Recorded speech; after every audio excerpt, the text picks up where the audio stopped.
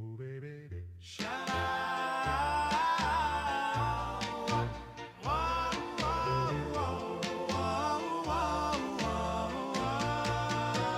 oh baby, baby, remember AC2 with Izzy, oh so fine, leaping from rooftops, feeling divine.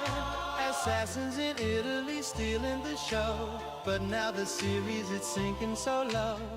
Hidden blade, sharp revenge in the air, but lately it's bloated, it just ain't fair. Whoa, whoa. Assassin's Creed, you broke my heart, you lost your speed. Back with black flag, sailing the sea. Pirate adventures, wild and free.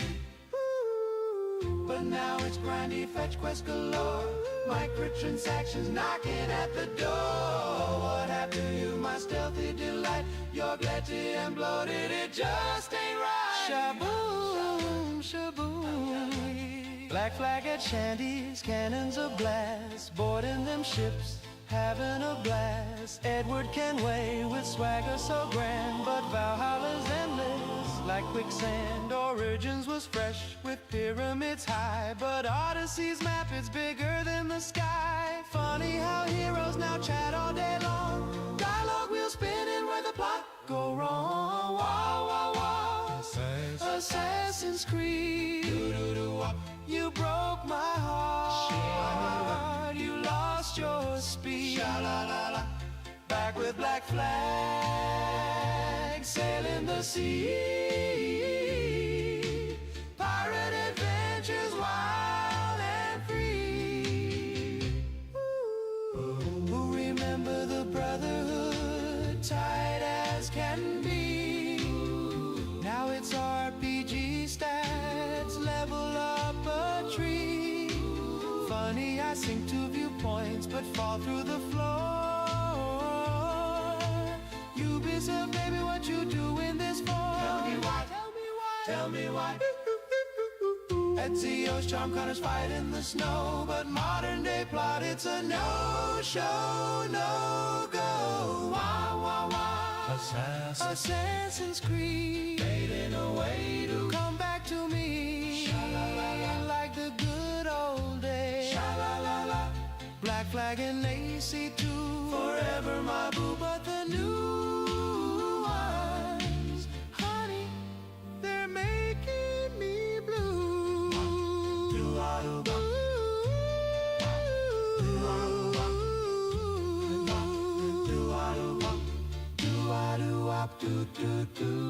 That's all she wrote. Assassin's Creed, float my boat no more, no more, no more.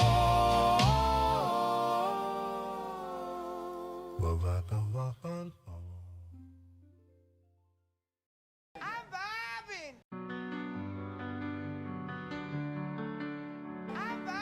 Imagine a hero shooter where the hero never showed.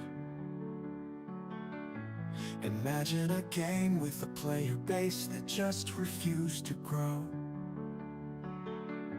A 5v5 hero shooter with gameplay that's just okay,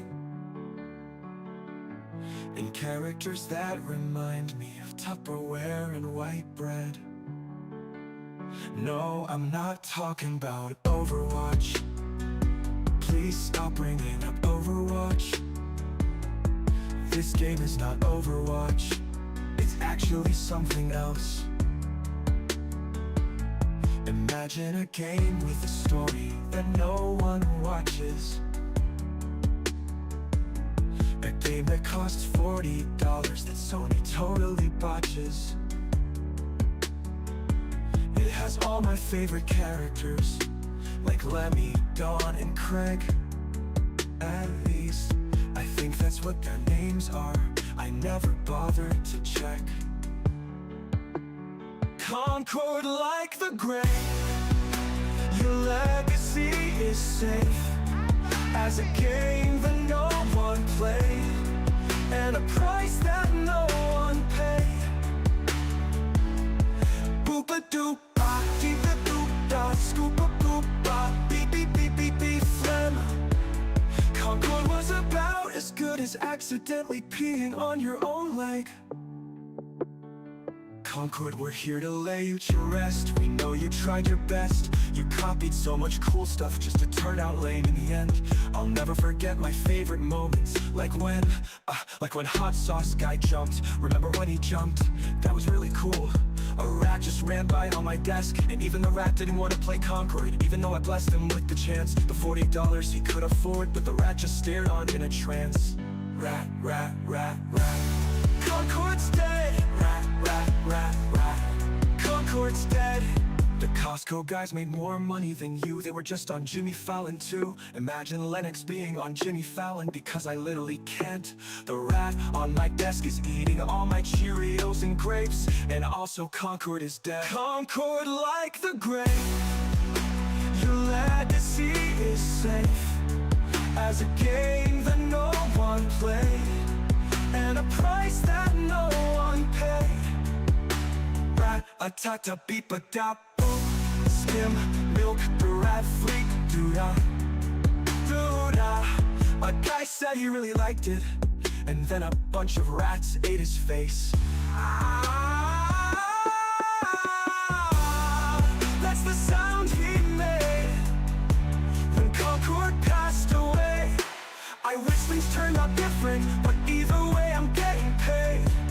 Concord's dead, Concord's dead, and boy is my face red. When the game came out, everybody overslept. Concord's dead, Concord's dead. Holy crap, Lois, Concord's dead. When the game out, people played everything else instead. Yeah, they did. They moved to other massively successful and exciting live service games that are doing really well right now, like Destiny, like FBC Fire. No.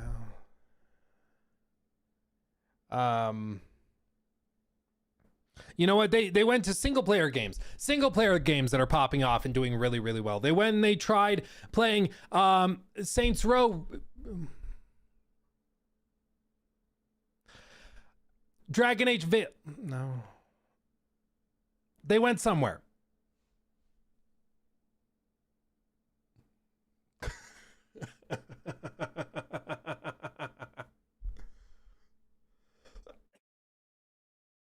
Yeah, dude, this is what's shocking to me, okay?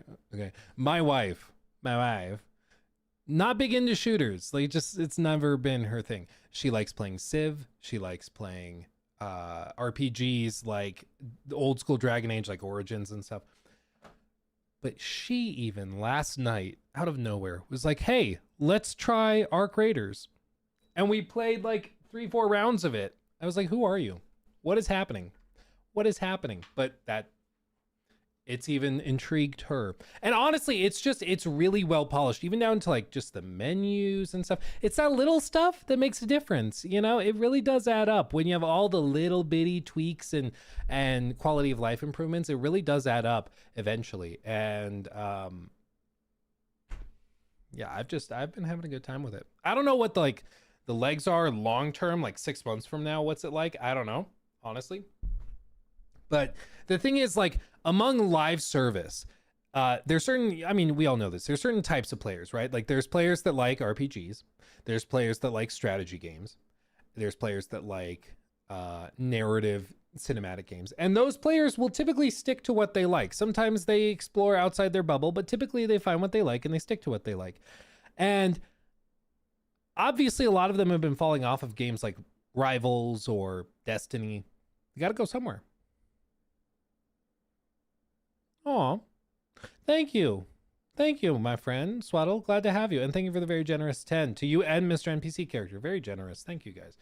But yeah, I mean, I think the players that are looking for something to play with their friends for some live service game, they have to go somewhere, and they've been leaving some of these other games that have previously been doing pretty well. And so they've got to go somewhere. And obviously they're experimenting with other games or trying other stuff. And in this case, I think a lot of them are trying Arc Raiders and are having a really good time. And it also I think reaffirms something that I've had a sneaking suspicion of, which is that one of the most crucial elements to modern live service success is potential for like cinematic, organic, shareable moments. Like we've all seen the clips from Helldivers where, you know, it's like the meme of the guy being like, I'm gonna get home and visit my ma and pa, can't wait to see my girl again, and then the androids come and shoot him, he goes flying, and you know, they clip the other player screaming. We've all seen those clips that go viral. We've all seen the clips in Arc Raiders where somebody's just like, what is that spider robot thing, like a mile away, and then it jumps into the air and jumps right next to them, and those clips go viral because they're very shareable. I mean, I'm sure if I just search Arc Raiders, I can find like one of those clips fairly quickly. And I think it's just like that nowadays is really important to the success or shareability of a game. A nuke drop.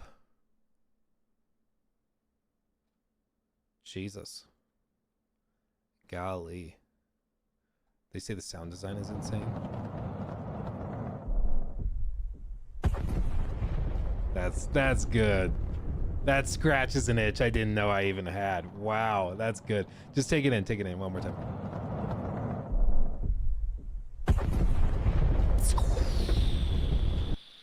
That's good. That's really good. What's this one? Shroud. Careful, land. Oh no, there's three, it's three.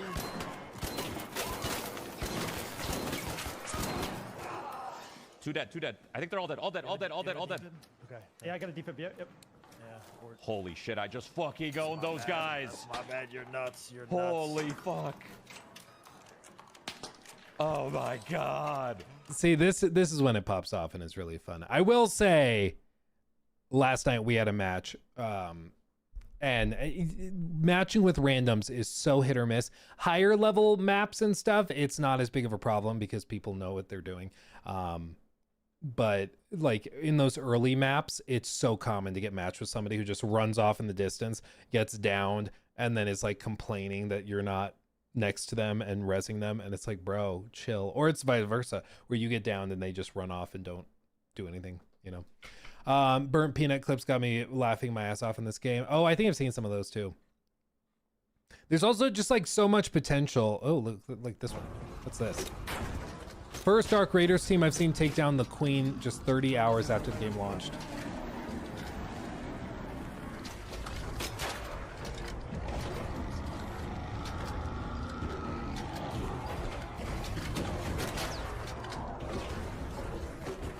I actually got him down, dude.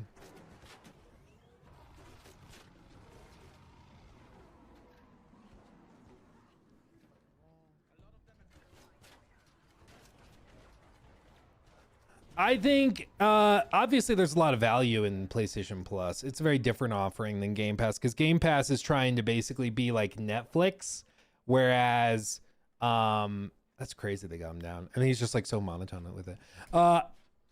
Like obviously Game Pass is trying to be something different than PlayStation Plus is trying to be.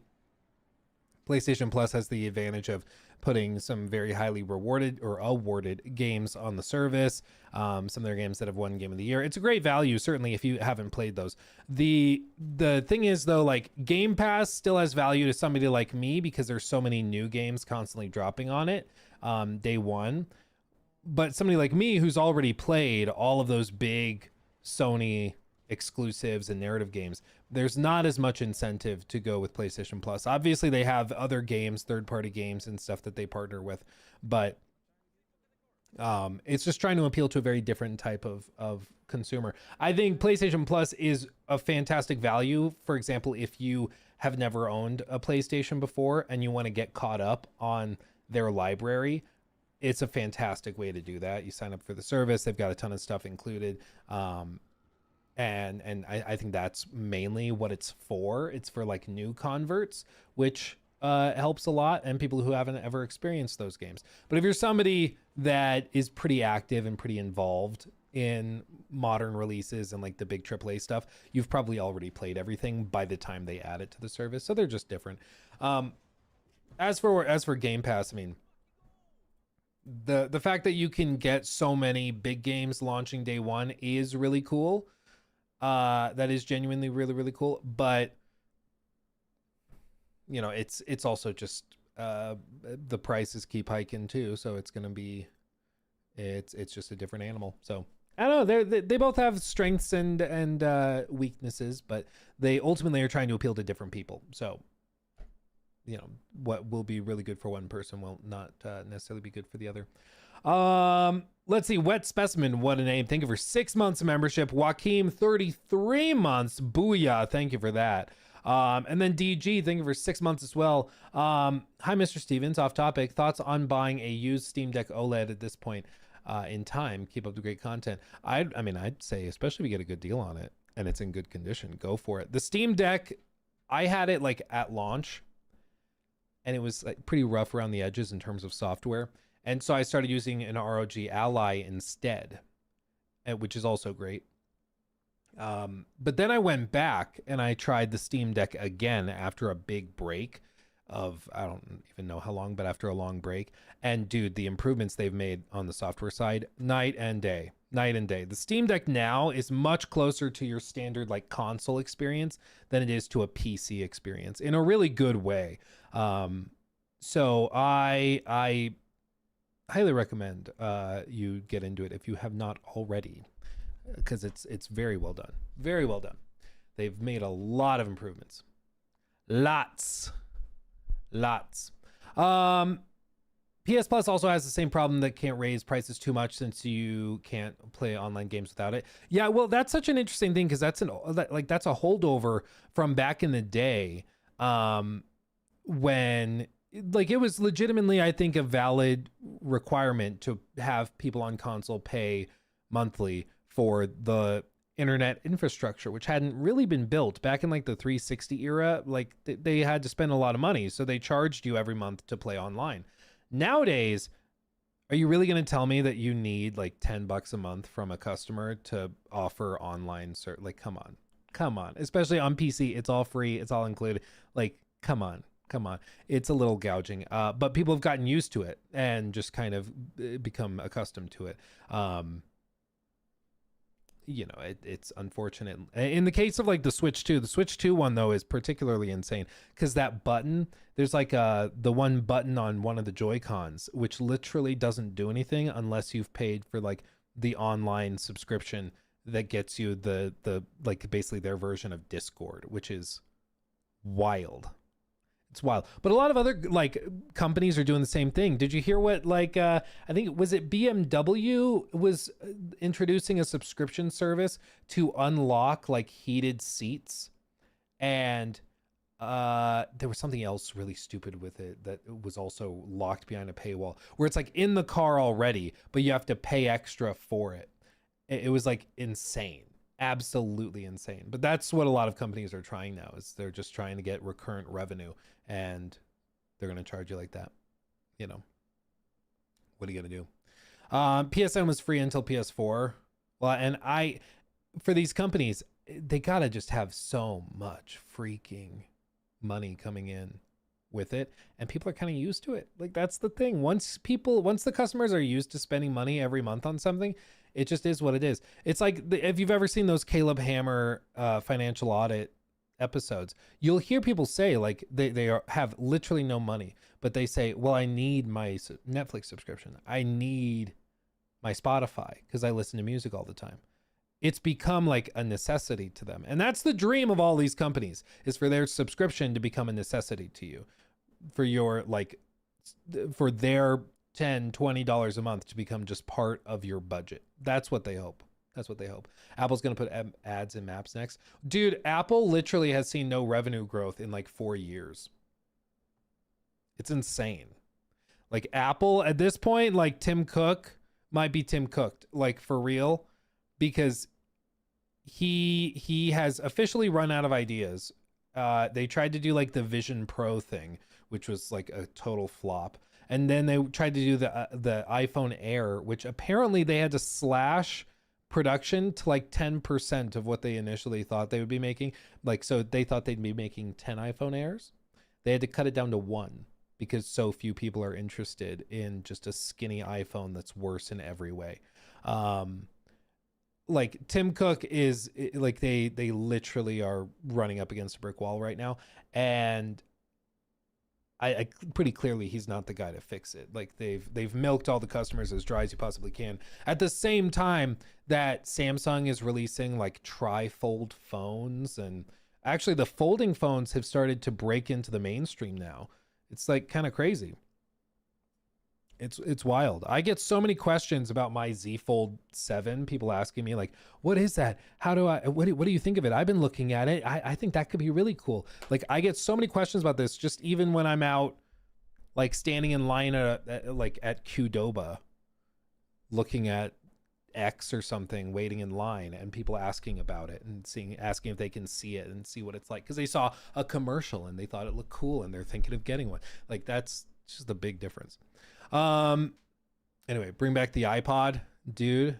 I still remember when I got my first iPod for Christmas. Must have been like 2006, I want to say. Thought it was so cool. I mean, it was genuinely really cool at the time. Genuinely very, very cool. But yeah, now it doesn't make any sense. Back then it was made more sense, but nowadays, what are you gonna do? Let's see. Rumor has it they've shifted from the Vision Pro to make smart glasses. Well, genuinely, like seriously, the Meta. I don't know if you've seen the Meta glasses that have the built-in display. Let's see, AI glasses. This one. These are like genuinely really, really cool. Problem is they're made by Meta. Big red flag.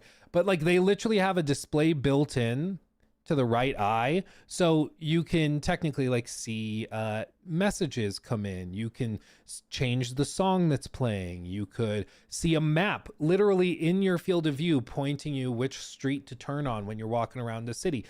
Genuinely amazing. Problem is it's made by Meta, so it's all completely locked down to their ecosystem, so it only works with like WhatsApp. You can scroll Instagram Reels, but only Instagram. You can't use anything else. Like genuinely, if you were able to use like a fully open ecosystem of apps, I could totally see getting these. Like imagine you're doing the dishes and you just put on a YouTube video in the lower portion of your field of view, because apparently it's in like your right eye down to the right a little bit. But you could just do that. You're sitting or you're standing in line. You could have a YouTube video pulled up, watching it. You could do a FaceTime call. You could do it like genuinely would be very, very interesting.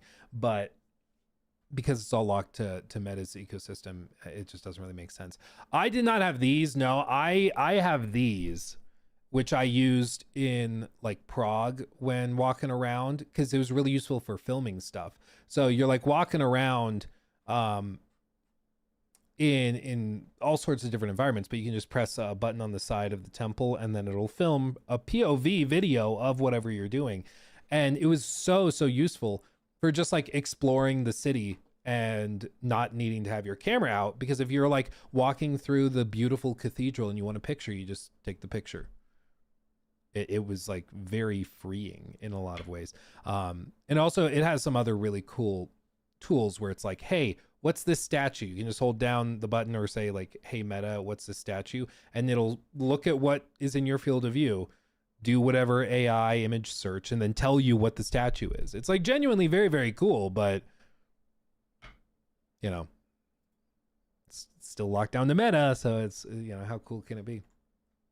But I did want to mention this. So this was a message I got a reply on. Baron sent this in. And I figured I would touch on it because we did talk about this. So Baron over on our Discord replied to this. So he said, "Hey Luke, I just saw your sneaking suspicion video on Amazon layoffs. I used to work in their fulfillment branch for a little over a decade. For a time, I was responsible for the quality assurance of warehouses while I was also subbing in for the regional. I knew others who went corporate and almost went myself as an SME, subject matter expert, for ICQA. Basically, this is in response to a video we did in a segment that we did where it was discussing Amazon's layoffs, because they laid off like 30,000 people. Kind of a big deal. And the suspicion from a lot of financial analysts is basically that Amazon is not doing that because like AI has magically, removed the need for those jobs. It's largely because their budgets are really constrained right now. And all of this right now in corporate America, at least, is a rush to spend money on AI infrastructure. That doesn't just mean GPUs. It also means spending money on data centers, on power contracts to actually literally send electricity to power these data centers. And they have to free up those budgets somehow. And one of the ways they can do that pretty easily is by cutting people. It's not an instantaneous fix because they have to pay people severance, and there can be some increased expenses in firing people, but still it's the weird thing when you realize like firing people can actually be expensive, which is weird to think about because you think of it as a purely cost cutting measure, but especially for like blue or white collar jobs, which are like all salaried and severanced, like it can actually be expensive in the short term to cut jobs, which is just weird, but that's how corporate works. But it continues. I think you had the right idea financially on part of why they're doing that, but also thought I could provide some context about corporate if you were interested. Long story short, lots of people jumped into corporate from fulfillment during the massive COVID economic boom and Amazon's expansion into their second corporate HQ in Nashville. I think it's far or more fair that this is a correction of their bullish expansion, which is something that the CEO has also said. He said that they want to regularly check back in and see if they have expanded too much. Amazon has always been a barn burner for the trial by fire style of process improvement. They create environments of scarcity and then work to innovate around them. People do not know how close Amazon is to only needing a skeleton crew of a workforce to maintain volume. For example, I helped launch a building with a template name of 640K in 2020. The template was named such that it was designed to produce 640,000 units, both inventory coming in and going out, of volume in a 24-hour operation. By 2024, that building could do 800,000 units if pushed to the max. That building employed 4,500 employees, and that same year they launched a new building of a 990K design, so designed to produce 990,000 units of volume. The thing is, the building only needs 1,500 employees. 3,000 employees less means a lot less managers, and then a lot less corporate SMEs or subject matter experts, MPEs. Also, corporate is pretty big umbrella. Each building had a hierarchy structure of warehouse, region, super region, country, director. Everyone above the individual level is also seen as corporate, although many offices had inside a local warehouse. In my humble opinion, they are creating a fire so that they can create an extinguisher, aka AI. So much for long story short. Lol, I tried to make it a DM, but that wouldn't work. If you're interested in more context, just let me know. Genuinely very, very interesting, but I think that this is very true. A lot of Amazon just in general is about like their whole company is infrastructure, their whole company is logistics, and they're very, very good at it. And as they've been ramping up, they've gotten to a point where they can start to really automate a lot of stuff. It's actually why people are trying to figure out what the end game of AI is, right? Like everybody sees ChatGPT and they think, oh, so it's just gonna be type in, what should I do in this case? I'm being sued, you be my lawyer, that type of thing. Or a doctor, these are my symptoms, and it replaces doctors. But it actually looks like probably the more practical conclusion and where AI goes is probably actually more that it replaces or it overhauls automation, like with robots in distribution centers, with delivery, with sorting, with all those logistical jobs. A lot of, for example, you remember probably maybe a year ago, I don't remember. You remember there were all those dock workers in the US who went on strike? They went on strike because a lot of Chinese dockyards and shipyards are almost completely fully automated. Like they have all of these robots that go and move the pallets, that move the shipping containers and load them onto the ships. And you don't need a lot of people to do what they're doing, and they can operate 24/7. They don't need breaks. They don't need salaries. They don't need healthcare. You can just have robots do it. And so these shipyard workers went on strike to try and protect their jobs against that automation, which I believe they did end up striking a deal. But that's ultimately where this is going to go. Like, they'll just replace them with robots. It's like, sure, go on strike. We'll just replace you.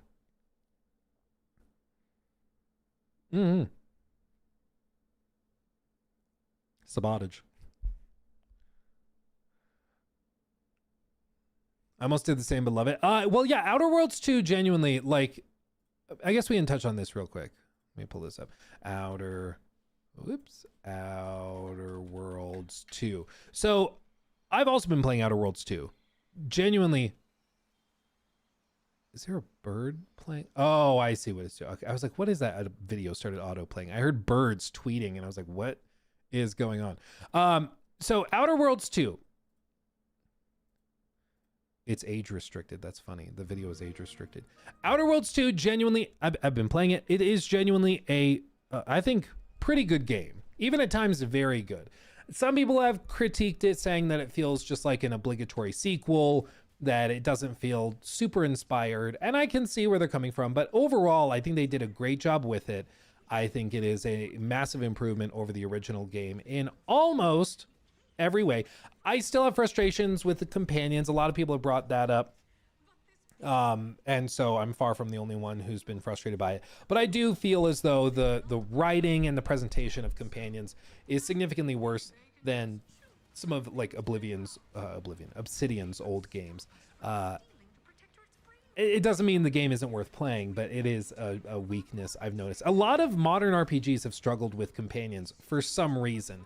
I don't really get why, but a lot of games have been struggling with it. Baldur's Gate obviously did a great job with it, but a lot of these other like Obsidian style games have really struggled with making companions compelling. And I don't know why that is. I don't know if it's just the writing. I don't know if it's that everything's so watered down that they don't have characters with actual personality. It's just like generic soldier who has a troubled past he doesn't want to talk about or whatever it is. But it's just I think other than that, it's a massive improvement. They've done a lot of work to overhaul for example the combat, which it is significantly better. They've really put an effort on consequence, on role play, having your choices actually matter within the story and world. And so in that way, it does feel like an old school Obsidian RPG in the best way possible. But I think the reason why, what your super chat kind of alludes to, which is that Microsoft, for one, self-sabotaged with the marketing, and it feels like it's going to be slept on by a lot of people. I think there is a massive problem within Microsoft with making games into moments, which is something a lot of people have brought up. But like, you remember it used to be that when there's a big game that Microsoft's about to launch, like even with like a Starfield, it's a big moment. It's a huge marketing beat. They spend a lot of time and I'm sure a lot of money promoting the games. You see posters everywhere. You see videos going up everywhere. They're doing sponsored streams with streamers. They're doing all this stuff. They're doing remote play events. They're doing everything they can to generate buzz and hype around the game. But nowadays, it feels like Microsoft has so many freaking games coming out so frequently that they don't either have the budget to spend on marketing them and really pushing them out and making it a big deal, or they just don't really care because they know the next game is going to come out next month. And so why spend a lot of time on this one? I mean, even right now, I feel like nobody's talking about Call of Duty, and Call of Duty is like the biggest game every single year. Why is that happening? Maybe I'm just in my own bubble, but it feels like normally there's even a lot more attention being spent on Call of Duty. And maybe it is, some people have suggested maybe it's just AI spend from corporate. So all of Microsoft's extra cash is going into paying for AI infrastructure. I'm sure that's a component of it. They can't justify spending a lot of money marketing these. Maybe to a certain extent, they feel like they don't need to. If you're interested in Outer Worlds 2, you probably are going to play it. If you're not interested, you probably don't really care that much. That could be a piece of it too. But overall, it feels like now there's just been so many of these Microsoft and Xbox published games that just kind of come out. People talk about them for a week or two, and then it's completely forgotten within like a couple of weeks. I mean, even freaking Doom the Dark Ages launched earlier this year and nobody talks about it. Like, it's just not even brought up. Doom, a Doom game has been completely forgotten in the discussion over like award shows and everything else. And we can say, yeah, I see some people, like, it's mid, that's why. Sure, like they maybe are not the best games, but even then, like still it used to be that even mid games were discussed a lot and were brought up. It could also just be generally with the industry where it is right now, there's just a lot of games, period, coming out. So if you don't like Outer Worlds 2, or if you're kind of iffy on it and you want to wait for a sale, or you want to wait for, I don't know, a discount to Game Pass, you decide I'll get into it later. There's plenty of other stuff for you to go play, you know, and that could also be a piece of it too. Let's see. Flimnasty says, I feel like most games, movies, and shows writing has gotten really bad and cringy because they put their identity at the forefront and also believe the writers don't read books anymore. I do think that there is a very, very bare bones approach to, it's sort of this like cynical approach to writing, not just in games, but also just in general. And I think part of it is, you know, writing by committee. It's this checkbox sort of writing where they think that you can just define somebody based on these very basic traits that you could write on like I have these note cards on my desk, and they literally are just like, see little boxes, and it's made to create like a to-do list. You put the date up on top and you put what you need to do, and then you check them off as you go through. And I feel like this is how they write with a lot of like these games, where they're just like, okay,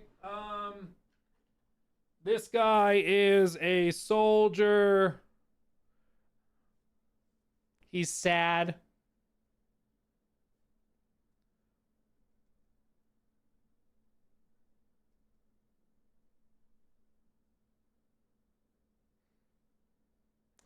Thank you for the 10. I don't think it will affect GTA 6 at all. This pen is very sticky for some reason. That's weird. I think one pen exploded and now some of them are sticky. Oh well.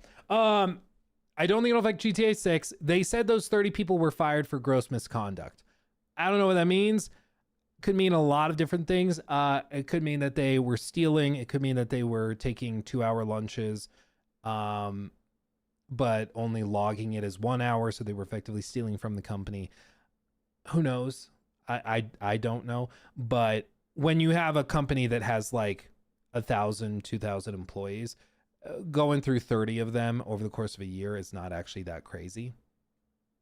So, no, I don't think it'll have an impact. I think it's just normally in a company like this, on that scale, 30 layoffs would not even be worthy of a news story, but because GTA 6 is like what everybody's talking about, it comes up.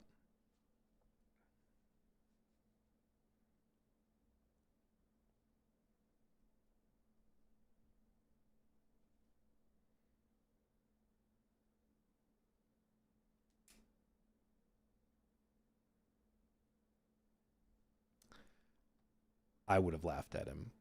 I would have made fun of him because that's the stupidest thing I've ever heard in my life.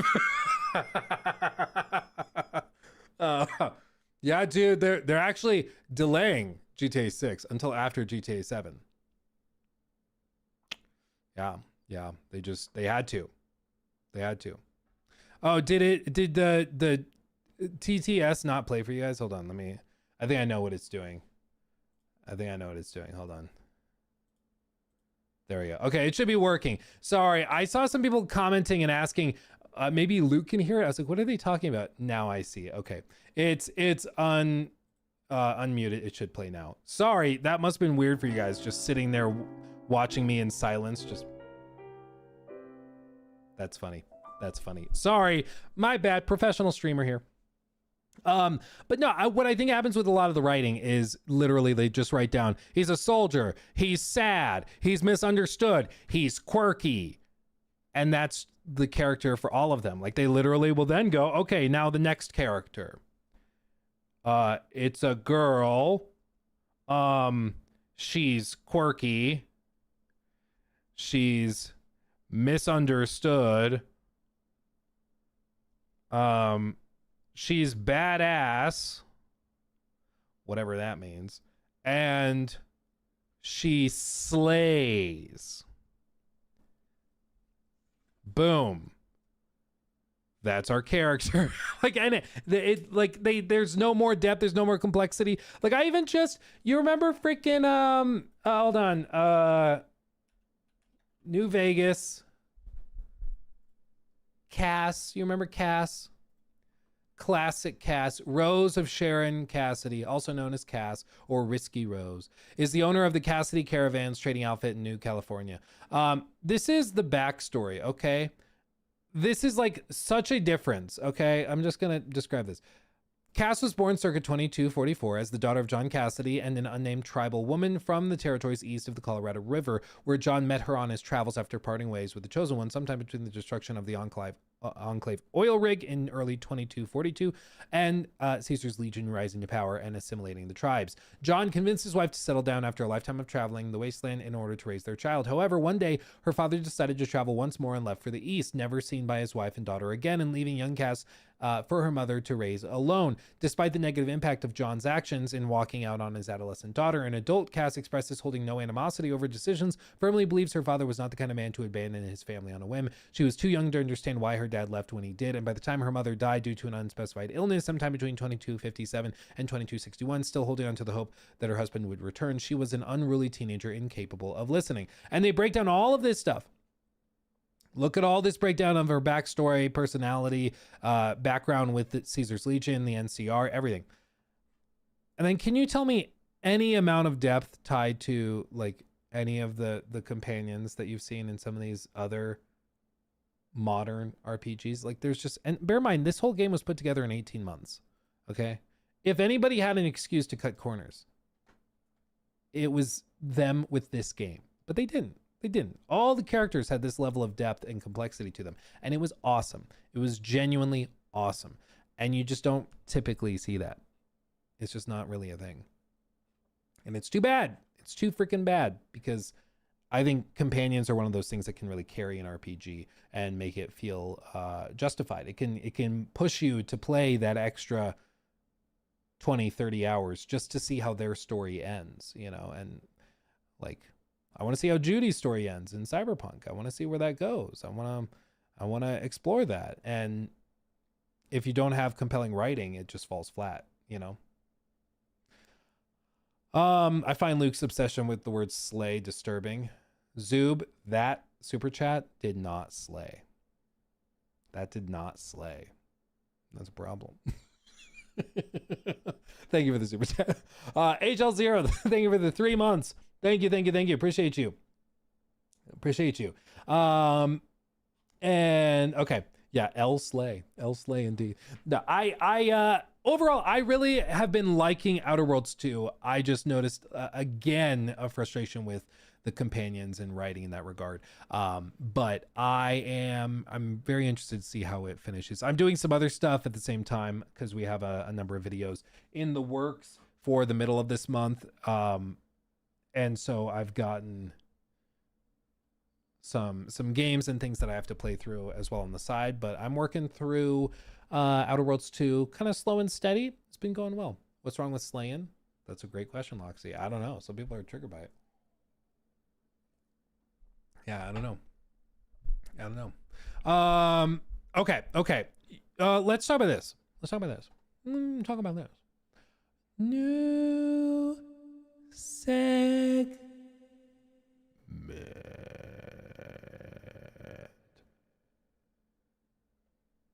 There you go. Just I'm trying to create a more cinematic environment, frankly. You know, trying to make it feel more spoopy, as it were. Joe, thank you for the membership. Thank you. Glad to have you. So you guys probably have seen at this point, but Dan Hauser went on the Lex Friedman podcast. Now, Dan Hauser, if you don't know, English video game writer and producer, co-founder of Rockstar, along with his brother Sam. And if you don't know him somehow, he's one of those people that kind of largely is focused on the work, stays in the studio, doesn't do a lot of press, doesn't go and make everything about himself. He's just a fantastic video game designer, and he does what he does. But as you can see, his resume is quite impressive. Writer on Bully, GTA 4, all of these like DLCs and spin-offs. Red Dead, he was the executive producer. Red Dead Undead Nightmare, writer. LA Noire, executive producer. Max Payne 3, executive producer and writer. GTA 5, executive producer and writer. Red Dead 2, executive producer and writer. Red Dead Online, executive producer and writer. Untitled: A Better Paradise Game, TBA. He's worked on all sorts of stuff. And specifically, as you can see here, he departed Rockstar. In February 2020, Rockstar Games parent company Take-Two Interactive announced Hauser's resignation from Rockstar Games. He left Rockstar on 11th March 2020 following an extended break in 2019. And then he created a couple of other entities as well. But in this interview with Lex Friedman, he outlines, of course, a ton of stuff. It's a almost 3-hour interview. Obviously, we're not going to go through the whole thing.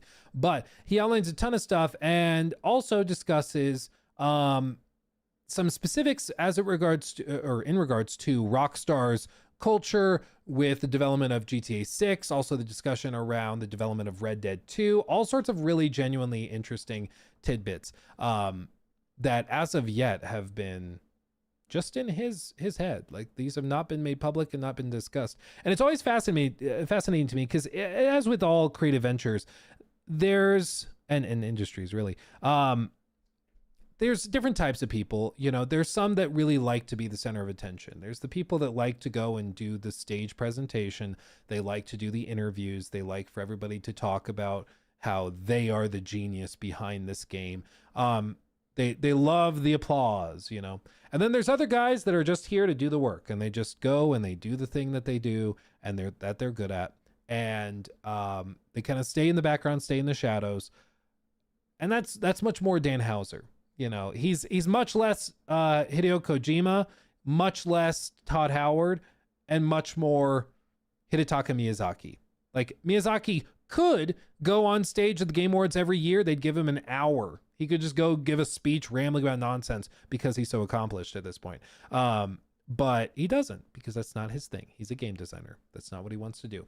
And so it's always important and it's a big deal when he decides to come out and talk. But this first little segment I want to look at is specifically hard work and Rockstar's culture of excellence, discussing how they handle developing games, what their approach is, and kind of what makes them exceptional.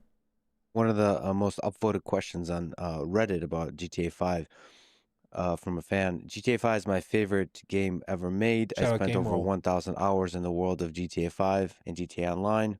GTA 4 is a hard second or third.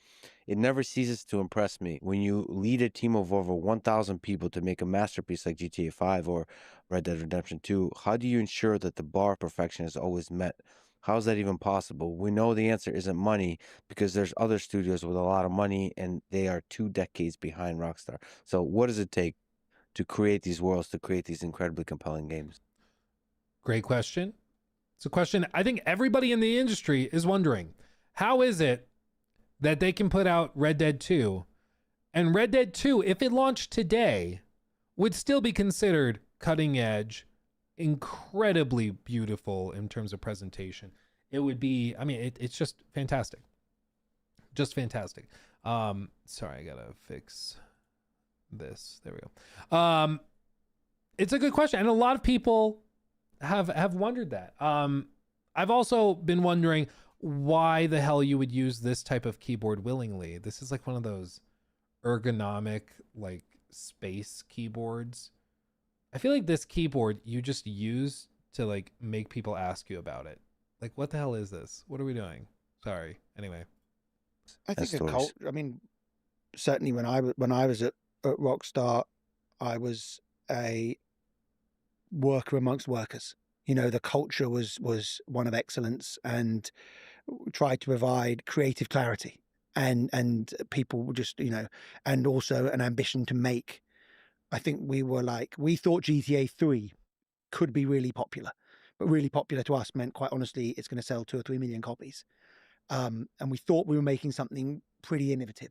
I mean, we knew we were making something innovative, but we didn't know if people would understand how innovative it was. And then when we got the chance to make Vice City and to try and repeat it, I think every time from then on, the team was very driven to make something better and to use, it was long before we had lots of resources, to use time and whatever money we had to always put impressive stuff on the screen, always think about what we can do to push the medium of video games and the sort of medium of building fake worlds further.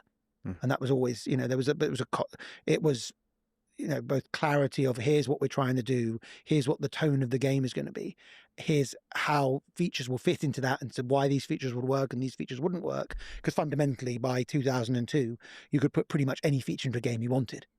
It wasn't a technical limitation. It was just making it cohesive. And then it was also just everyone committing to a culture of excellence. Navi, And I think that this is really crucial. It's about setting the standards and the expectations of what you're going to achieve. Like we all know that for a lot of these companies, the goal is not necessarily to make the most innovative, compelling open world game or narrative game possible. For some studios, it is the prerogative, but for a lot of them, it's not. Usually there's a secondary directive, which is that you're building in, like in the case of AC Shadows, you're building in secondary systems to generate long-term revenue. And your goal is maybe not to make the most compelling thing or the most innovative thing, but your goal is to also create something that's going to hook players long-term. So you're trying to build something that players, like you hook players for 1,000 hours or for 200 hours. But again, not necessarily because that is what's best for the game, but that's because the corporate guys want to have players hooked because they have data that shows when you play a game for 250 hours, you're way more likely to spend money on the DLC, or you're way more likely to buy cosmetics and this. So they want you to build something that you play for 200 hours, even if that 200 hours is kind of bland and boring, you know? And so it's really important at the start, what is our ultimate goal? Because every studio will tell you we're trying to make the best game possible. And I think that they are trying to make the best game possible, given the restraints, given the walls they have to work within.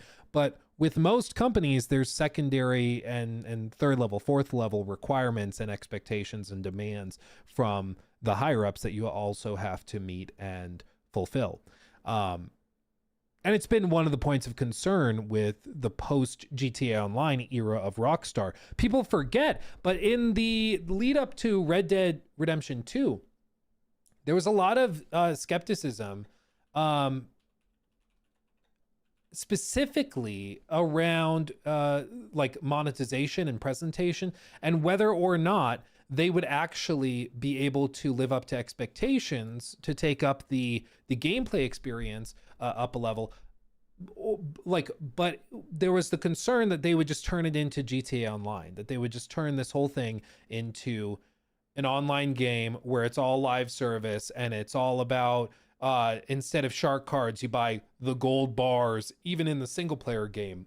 And then it crosses over with the online game. And it's all this big hybrid of online live service with the single player narrative. And nowadays, we know what Red Dead 2 ended up being.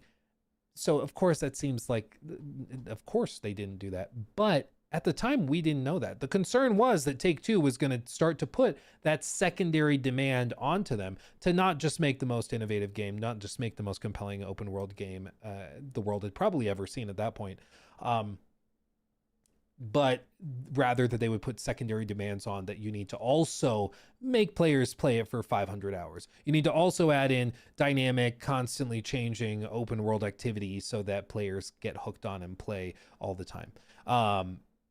And that sort of happened with the Red Dead 2 Online or Red Dead Online. That kind of fell apart because it just, players weren't that compelled. There's a lot more freedom you have with GTA Online than you do with Red Dead Online. I still know people that like Red Dead Online, but it's certainly nowhere near the success that GTA Online is. But all this to say, I mean, this was a concern back then that Red Dead 2 would be affected by the success of GTA Online. And it's also a concern that, you know, GTA 6 will be affected by it as well. But I think at this point, you know, Rockstar has demonstrated they know what they're doing. So Take-Two largely has the approach of just let them figure it out. One of the best comments I actually saw, and again, it was so refreshing, actually came from Strauss Zelnick. And if you don't know Strauss Zelnick, apparently when you Google his name, you get the corporate photo of him, but you also get shirtless pictures of him working out, with pants sagging very low. So there you go. But Strauss Zelnick did an interview where he said his ultimate goal and mandate as the CEO of a big company like this is to empower the best and most creative people, to hire them and preserve that talent, and then to get out of their way, which is so refreshing to hear an executive say, my job is to get out of the creative person's way. Very refreshing, because not many companies have that outlook. Not many. A lot of these companies, like you get the Yves Guillemot, who's like, I'm going to sit in on your development meeting and then I'm going to put my son as CEO of your company and he will figure out how to make it better. Even though he's clearly bad at this. Like, it's just terrible. But that's how a lot of these guys view it. Every executive thinks that they're genius, and thinks that they're brilliant in every regard when they're probably not.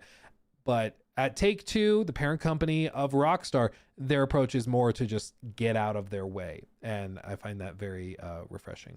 Very, very refreshing. Flemnasty, thing for the 5. The stock market and politics ruined writing. It's all profit now. Rockstar still makes art for art that moves people instead of preaching. Well, I think they just have very talented writers, and Dan was one of those writers, who's since left. I mean, this will be the first game without him. GTA 6 will be. So it'll be very interesting to see how that plays out. But yeah, they just have a culture of compelling narratives, full stop. And they definitely know what they're doing. They're not chasing trends. They're not chasing whatever, the current meta is for writing. It's like, oh, Marvel's really popular right now. Let's just make Ant-Man, but set in this universe. Like, thankfully they're not doing that. But anyway, continuing. Sorry, an award-winning director and virtual reality game maker who worked with you on a number of Grand Theft Auto games spoke highly about his time working with you. Quote, we always worked ourselves to the bone, but it wasn't coming from the top down. Sam and Dan always rolled up their sleeves, and they were always there. They never left us holding the bag. We all thought we were making badass shit, so it didn't matter how hard we worked. So I'm sure there were some tough grinds. Finishing it is certainly, it's tough, but it also is, intensely rewarding. And I think also that there is a sense among everybody that works at Rockstar and the former executives and everybody, there's some exceptions, but there's a sense that there was really capable and competent leadership at the top, and everybody was on board with the vision. Everybody understood what they were making, and that was kind of a unifying force. Everybody got what Red Dead 2 is going to be like, and so you work your ass off for it. Everybody got what GTA 5 was supposed to be, so you work your ass off to achieve it. They are very good at setting the vision and accomplishing it. In other words, like, they set up the nails and then the team goes and hits the nail in. A lot of other companies haven't worked that way, especially in the post-COVID era, where it seemed like for whatever reason, a lot of games started to be built as though the team was a hammer in search of a nail, just trying to find something. And in some cases, they destroyed the whole studio before they even found the right nail. In the case of like Concord, where they're just like, we're going to make a big live service game. Not sure how or what it will be. We're not really starting with an amazing idea. We're just starting with Overwatch, but Guardians of the Galaxy. And we'll figure it out the rest, I guess. And a lot of other companies have also done that, where they just start to try and build something, but they're not even sure. It's the same thing like Todd Howard said in an interview, that they didn't find the fun in Starfield until like 2021, which is wild, because he's like, yeah, until that point, the game wasn't fun at all. 2021, it started to be fun, which is funny because a lot of other people felt like they never found the fun. But the game was originally expected to launch probably around 2022, if not 2021. So it took them until the original launch date, or just before it, to find the fun in the game. So like they were searching for the game while they were making it, and I think you can tell in the final product. You know, it wasn't super clear. It's why I'm more bullish on Elder Scrolls 6 than I was on Starfield, because I think that it's pretty clear to understand the vision of what Elder Scrolls 6 should be. Todd should be able to describe that to the team, and everybody knows what they're making. With Starfield, I don't think they really knew what they were making. But with Rockstar, I think it's a similar thing where they know what they're making. They can pretty clearly explain it and set the vision up for the whole team, so everybody's unified in that regard. Rockstar also, as I'm sure he's going to discuss, was a company overwhelmed with crunch culture. Leslie Benzies, who would eventually leave and start Build a Rocket Boy, which put out, of course, Mind's Eye this year. Leslie was known as being one of the head honchos at Rockstar, who also was a big proponent of crunch culture, and there was a very, very common thing. So I'm sure he's about to discuss that, though. And you get something done, and you've made something. And that feeling is, as you say, really, really incredible. I mean, it can sometimes feel a bit empty as well, because it's when you finish it, you're like, oh, my life's got nothing to it. And then you have to, but that's the same with any big undertaking you take. I don't think that, when you're working that hard, you do not have a good work-life balance. Mm-hmm. But the truth is you're not working that hard all of the time. So it's just, you have to just manage it slightly differently. Man, that's such a heavy thing about the human experience. I've talked to Olympic gold winners, and many of them face real depression after they win the gold medal. Yeah. Because they've been pursuing a thing that they deeply care about. This has been everything, and they are so truly happy to do it. And then it's like, what else is there in life? What compared to this? What else is there? So that's the ups and downs of life. You need the darkness, you need the lows to really experience the highs. I do think that's true. You can accomplish great things in life. You can have a lot of money. Won't make you happy. I forget what poet said it, but he was like, yeah, money doesn't buy you happiness, but it allows you to be very comfortable in your misery. I think that's true. And in the case of these guys, like, just imagine, I mean, in their case, thankfully, for them, they worked their ass off for like 5 to 6 years building a game, and it launches, is commercially huge. People praise it as a masterpiece. They get laudations and all awards and all that. Imagine though, for a lot of other people elsewhere in the industry, they work for 5-6 years, and the game may launch and still be like a flop. The game may launch and be chastised or mocked or ridiculed for this or that. Like, it happens all the time. But imagine like the how bad that is for your mental health as well. Especially if you weren't like a designer, it wasn't your fault that it flopped. You just did your job, and somebody else screwed it up. In the same case, like I still stand by this. I think that Forspoken was a very impressive, solid game, totally demolished and destroyed by awful writing and some bad performances too. And ultimately that lands on the directors, on the writers and everything. But like, they had a pretty interesting combat system. They had a pretty beautiful world with interesting presentation and all that. But the writing was so god awful, nobody could get to it. Nobody could even get to the point where they were appreciating the combat because of how god awful the writing was. And so the people that did the combat worked their asses off, did really good work, did a great job. But it was because a different department elsewhere in the studio screwed stuff up that they failed, and that they lost their jobs and the studio got shut down. Like, that's got to be so freaking frustrating and depressing too. Like, when you did everything right, but because some other person in a different area of the studio screwed up, you and everybody else suffers. Like, it's got to be so miserable. But anyway, continuing. Let me ask you about the pressure. There's an insane level of excitement and expectation for Grand Theft Auto 6. Same was true for GTA 5 and GTA 4, and even before that. And you and the team delivered every time. How difficult was it to do creative work under such pressure, where everyone expects this to be a success? I was pretty good at compartmentalizing, and it just saying, and I try just to go, and when with all creative work, I go, well, I feel like a terrible fraud, but I haven't been found out yet. Just do my best, and hopefully I won't be found out this time.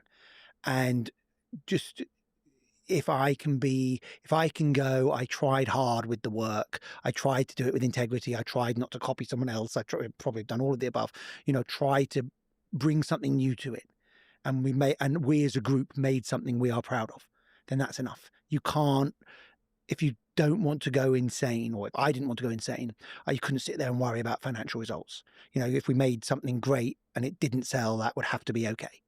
Because the goal is to make something that's, video games are expensive, so it is a sort of commercial form of creativity. It's a commercial art form, so you have to be in mind, you're spending large amounts of someone else's money. You have to try and make it back for them. But at the same time, my argument with myself was, well, the way to make it back is to try and make something great. So both pressures are pointing in the same direction. I think GTA 4 was very pressured because there'd been all this pressure on the company. The company nearly imploded several times due to hot coffee. It was extremely tough. So they describe this, just to read it because I don't think they'll describe it. In 2005, modders discovered hidden sexual content in GTA San Andreas called Hot Coffee, a mini game where players could engage in explicit scenes with girlfriends. Though inaccessible without mods or modifications, its presence on the disc triggered a massive scandal. The game was re-rated to adults only, pulled from shelves, and Rockstar faced lawsuits and congressional hearings. Those were the days, man. Those were the days. Like 2005, congressional hearings, video games cause violence, video games are causing war. Like it's a thing. It's a thing that happened. Nowadays, it's like there's already been discussions, at least in the US. I don't know, maybe people in chat from other parts of the world could say if it's happening in your countries. I know like Australia, for example, has a very aggressive ratings board and regulators. But in the US, there's been discussions. I forget what event it was, but there was an event recently. Oh, I think it was the Charlie Kirk stuff, where the alleged shooter in that case was a fan of Helldivers and had written something that had to do with Helldivers, like one of the orbital strikes or something on like a shell casing, I think it was. And so there were congressional or members of Congress calling for video game developers to like come in, and they were trying to suggest that video games were responsible for making this type of thing happen. So this is something that even happens now. Maybe it didn't actually get to the point where they are pulling games from shelves and stuff. It's not happening to that degree, but this same sort of reactionary content, especially from legislators, is a very, very common thing that's happened for the last 30, 40 years since video games have existed. And it's not just gaming, it happens in TV shows and movies. I remember after Columbine, well, I don't remember because was Columbine 99? I was like 2 years old. But when Columbine happened, for example, a lot of people said Marilyn Manson, the musician, was responsible for it. And so there was discussion over banning music and stuff. So it's just an age-old thing where people try to put the blame of some societal issue on video games or on some piece of media or entertainment. It's like people aren't going to church as much in the 60s. It's Elvis's fault, or it's the Beatles because they didn't get haircuts, that type of thing. I think that felt very stressful. GTA 3, the company. But yeah, circling back to this, the company was really, really struggling because their biggest game, their massive investment, was now being rated adults only. So you couldn't buy it unless you had an ID proving you were over the age of 18, which 2005 was a much bigger deal than now. Nowadays, you can kind of just go online, say you're 18 and buy the game on Steam. It's whatever, at least in the States. Maybe in the UK, you have to prove your age, but in the States, you can just bypass it even if you're under 18. Back in 2005, you were going to a brick and mortar store and you needed to show the ID. Like you needed to prove it. I remember going to a GameStop in 2013 when I would have been like 15, 16 years old. And I wanted to get Far Cry 3. But I didn't have, of course, an ID showing I was over the age of 18. So the guy at GameStop wouldn't sell me Far Cry 3. So I got turned away. And then I brought my dad back, and then the guy behind the counter at GameStop convinced my dad not to let me get Far Cry 3 because it was like too intense. I remember the GameStop guy being like, yeah, it's really intense. It's really intense. I was like, you're the GameStop dude. And you're like, what? I felt so betrayed. I was like, I brought my dad, who's the adult, who's going to get the game for me, which is how it works. Like, the adult can buy his kid the game. And then the GameStop guy was convincing my dad not to get the game because he thought it was too hardcore. And I'm not a child. I'm not 7 years old. I was like in high school. And after that, I was like, I'm going to destroy GameStop for not. But I remember what that guy looked like. He's still in my head. If I ever see him again, I'm going to give him a piece of my mind. Yeah, he did not slay. Indeed. Yeah. I'm sure in his mind, he was like, I'm being a responsible guy. I'm helping the next generation. But I was like, Far Cry 3 also is not like that intense. It's not like I was buying like Postal or something like that. Like I wasn't buying Serial Killer Simulator. Like I'm buying Far Cry 3. Like, what are you talking about? It was crazy. It's crazy. Lo-Fi Lazy, by the way, thank you for the 5. Just here to praise Dispatch again before you said it's like The Boys. And I honestly feel more like Invisible meets Office Space. Such good writing. Yeah, dude, for real, if anybody has not played Dispatch, the new game from Ad Hoc Studios, former devs of like Telltale Games, Dispatch, fantastic. Very, very good. Fantastic writing, great performances. Aaron Paul is even in it. It's very good. Highly recommend it. Anyway, continuing on. All this to say though, yeah, in 2005, being adults only, huge deal. Was basically broke. Today it still would be. I don't know if Steam even sells adults only games anymore. So adults only as a rating would be a big deal. But yeah. Nowadays, you know who runs the ESRB, like the ratings board? You know who like is in charge of all of it? It's all like representatives put forward by the big gaming corporations. So the people who have a vested interest in their games not going adults only are the ones that are indirectly in charge of the board that puts ratings on games. Very interesting. But I was young. I didn't really care. You know, I wasn't living in the grown-up world yet. All of them had their own pressure. All of the games had their own pressure. All the more I felt I'd gone into it creatively and tried to be more ambitious. For me personally, I felt more pressure. You know, when it came out that would have been the right choice. Because again, if you're trying to take big swings creatively and you've spent a lot of money, that can be quite stressful. You know, I think with Red Dead 2, when you know we were behind schedule, we were over budget so much I didn't want to think about it, and you're making a game about a cowboy dying of TB and the game's not coming together. Turns out a lot of people doubt you at that moment. You know, it's not that fun. So I think that was a lot of pressure. But you know, anything doing something new, you know, the new stuff, they're not. It's so crazy to think that Red Dead 2 was at one point massively over budget and they were doubting whether it was going to be successful at all. Like it's so interesting because of course we see the game now and it's like, it's a masterpiece. But there was a time where they were like, it's a game about a cowboy with tuberculosis. How is this fun? How is it like, why would we do that? What have we done? What have we done? Say pressure on releasing a comic. But it's also really interesting in hearing the humility with this too, where it's about the team, it's about working hard. It's not thinking about financial or commercial success. They're not building it to try and find a mass market. They're not looking at other games and being like, well, this franchise had this player base. This one had this player base. We're going to meld the two. You know, people love Marvel movies. They love the writing there. They find those games or those movies funny. So let's take that writing, and people love Overwatch. Let's put that together and let's put, you know, the Marvel movies, but with Overwatch gameplay. We'll make tons of money. And it's just so soulless and lifeless instead of what you're hearing here, where it's like a team of passionate devs trying to put together the best thing they possibly can. In the same way, because it's not taken as long, but you know, if you're making things, there's always pressure that people are going to like it.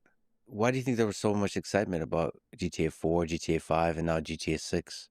Because Yeah, this is insane, dude. First 24 hours, GTA 4 made $310 million and sold 3.6 million copies. Fantastic success. Again, GTA 4, like back in the day. GTA 5, first 24 hours made $800 million and sold 11.2 million copies. Somebody was asking on stream the other day, I think we turned it into a clip or a YouTube short, TikTok thing. Somebody was asking how many copies I expect GTA 6 to sell. They're like, do you think it sells 10 million copies in the first day? Like, yeah. Yes. I think more. I think GTA 6, that first day, breaking records again, dude. Like, it's going to have, I think, a quantifiable impact on like the electrical grid. I think internet service providers will go down and have droppages because so many people are downloading donated $10 through Super Chat. Luke, this is the GameStop guy. The first, I'm sorry that I didn't sell you Far Cry 3. The game was awesome. I mean intense. I hope you would forgive me. Thank you for the 10. That might make up for it a little bit.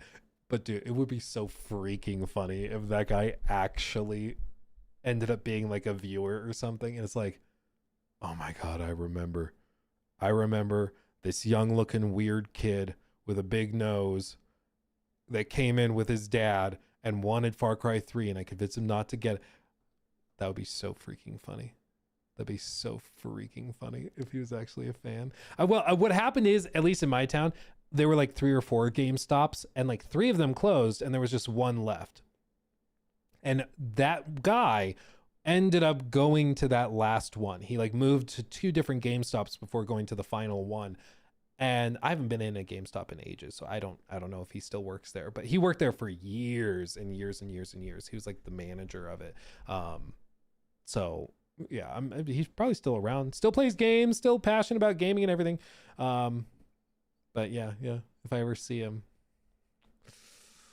I'll get that guy. Thank you for the 10, my friend. Thank you. Continuing on. they don't come out Oh, yeah. Point is, GTA 6 will break records, I think. that regularly. And I think we did a really good job of constantly innovating within what the IP was. The games always felt different. You know, people have very strong feelings. I like this one. I didn't like that one as much because they are pretty different. So there would be simultaneously where you know what's going to happen. It's a Grand Theft Auto, you know it's going to be a game about being a criminal, but the way it's going to be a game is going to change quite a lot. So I think the way the IP kept evolving meant people being really excited to play it. And we were good at marketing them as well. We really tried to market them in a way that felt like an update of classic film marketing, where you were really felt like you're already in the product just because you'd seen the trailers and stuff. You mentioned that you have. It is interesting because I think to a certain extent, Rockstar is at a point where they're so big and their reputation is so good that it would honestly be very difficult for them to fail that initial wave of hype. Like, the expectations are just really, really high. And it's because they have years and years of great games under their belt and they have a great reputation, and that certainly helps. But I think the hype for GTA 6 was going to be high, whether they did like a really, really extensive marketing campaign or if they did what they've been doing, which is just shadow dropping a couple of trailers, which is like not much, like really not much. Too big to fail now, lol. I think for the hype cycle, yeah, I think they could literally not drop another trailer until launch and it would still be wildly successful. I don't think they need to market this thing at all. The hype is there. I don't think they're too big to fail when it comes to like the actual game. If the product ends up launching and it's super buggy and broken, if the story is super cringy, and if it's only 7 hours long, like I think there's plenty of ways that they could fail. But in terms of the hype, I think at this point, yeah, it's too big it's so big they don't even need to market or try. The hype is just there. And it was the same thing with like Starfield had that level of hype. I think Elder Scrolls 6 will also have that level of hype. I think whatever the next Fallout game will have that same level of hype, even though people will point back to games that they've done that have fallen flat. The IP is just so big that it's that huge, you know. It's too big not to sell. Well, for day one, yeah, certainly. But still, I insist, maybe I have too much confidence in the consumer at the end of the day, but I think, like, for example, I don't think this would ever happen, but if it somehow occurred that GTA 6 was 5 hours long and it was super buggy and broken and it was like super cringy and it's just Suicide Squad's writing all over again, I think it would sell crazy the first day, but then the word of mouth would be so terrible that it would drop off a cliff pretty quickly. And yeah, but I don't think that's gonna happen, but I do think it technically could, theoretically. Written for Grand Theft Auto 6. What's it feel like Grand Theft Auto 6 returning to Vice City? This is over 20 years later, but the original GTA Vice City game was set in the 80s. So maybe inspired by Scarface a little bit. Scarface, Miami Vice. Miami Vice. And our 80s childhoods. You know, what I realized quite a while ago, unfortunately, was that we made that game and it was set, I think, in 86. And we made it in 2002, so it's 6. Dude, what a vibe. SuperDonut_1988 donated $10 through Super Chat. Thank you. Hey Luke, do you think Sam Hauser has that same creative focus, not being overly focused on profit, like his brother? Especially since he's president of Rockstar Games? That's my understanding is that they're pretty much on the same wavelength with it. I think, again, it goes back to what Strauss Zelnick said, the CEO of Take-Two, who's ultimately in charge. If Strauss Zelnick said, you guys, we're not doing a single player mode for GTA 6, we're just doing online. If he said that, that's what would have to happen because he's the CEO of the parent company. But he doesn't say that.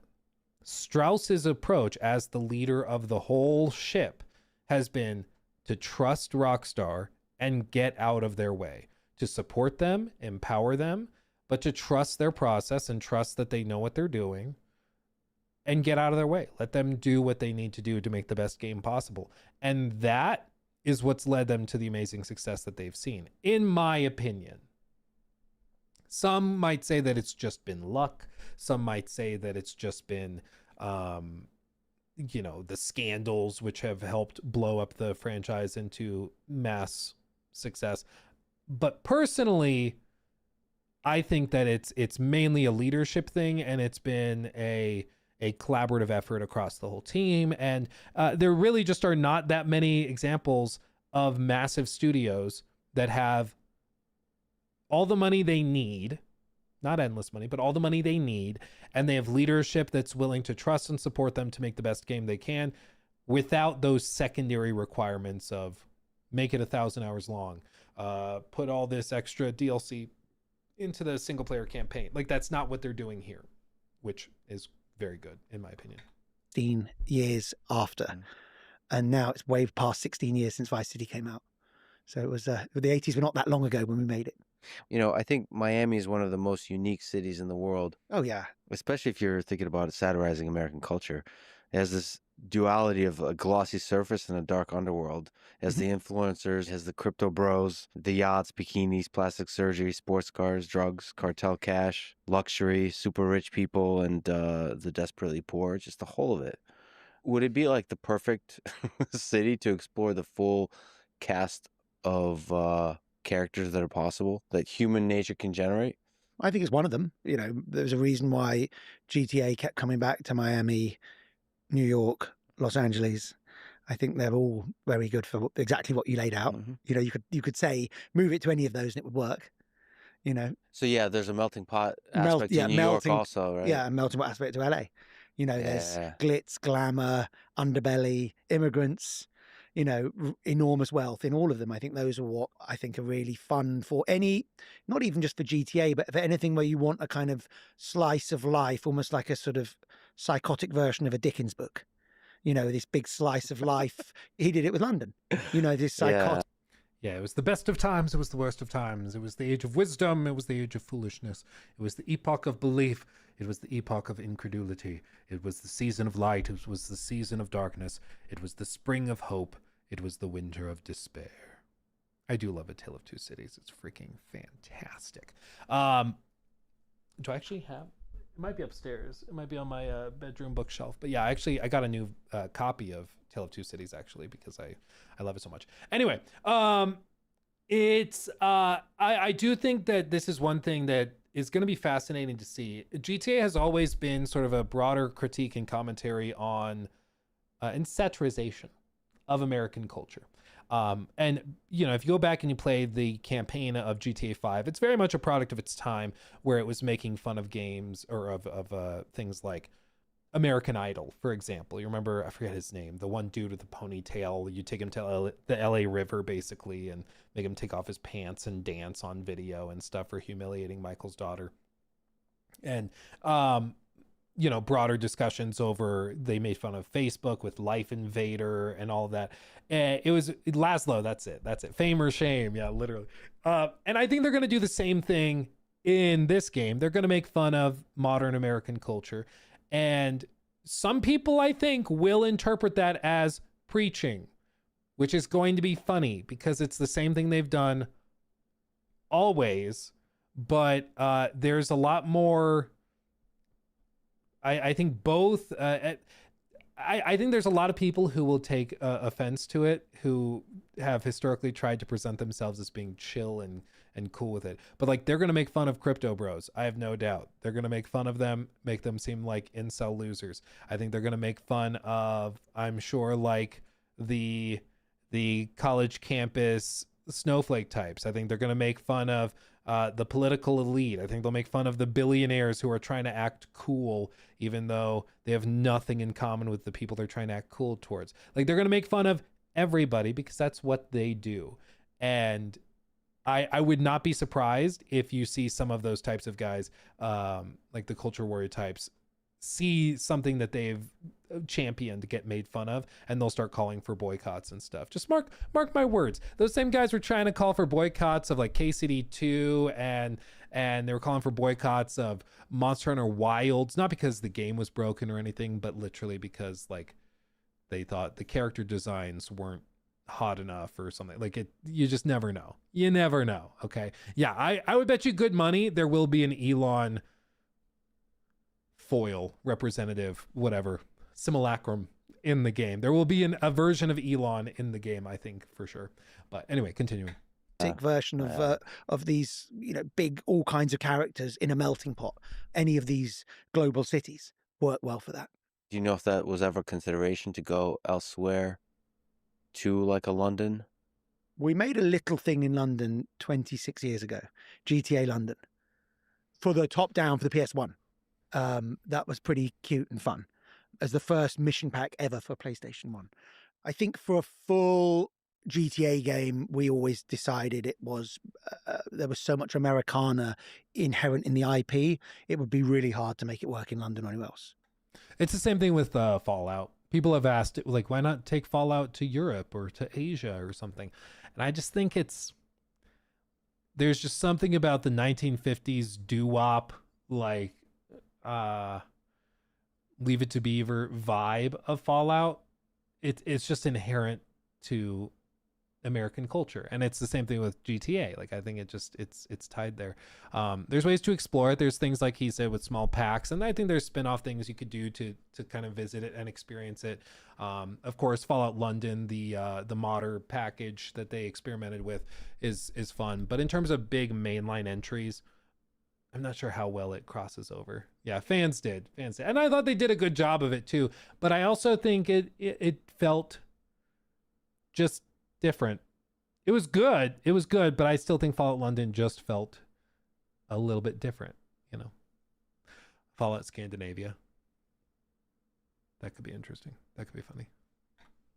You know, you needed guns, you needed these larger than life characters. It just felt like the game was so much about America, you know, possibly from an outsider's perspective. But I think that kind of helps the fact that Rockstar, you know, they're coming from a British persuasion, and that helps them look at it just with a different pair of glasses, you know, different perspective. I think it helps because if you're an American company trying to make a game satirizing American culture, you'll inevitably kind of end up satirizing one half or the other more. I think that just happens a lot.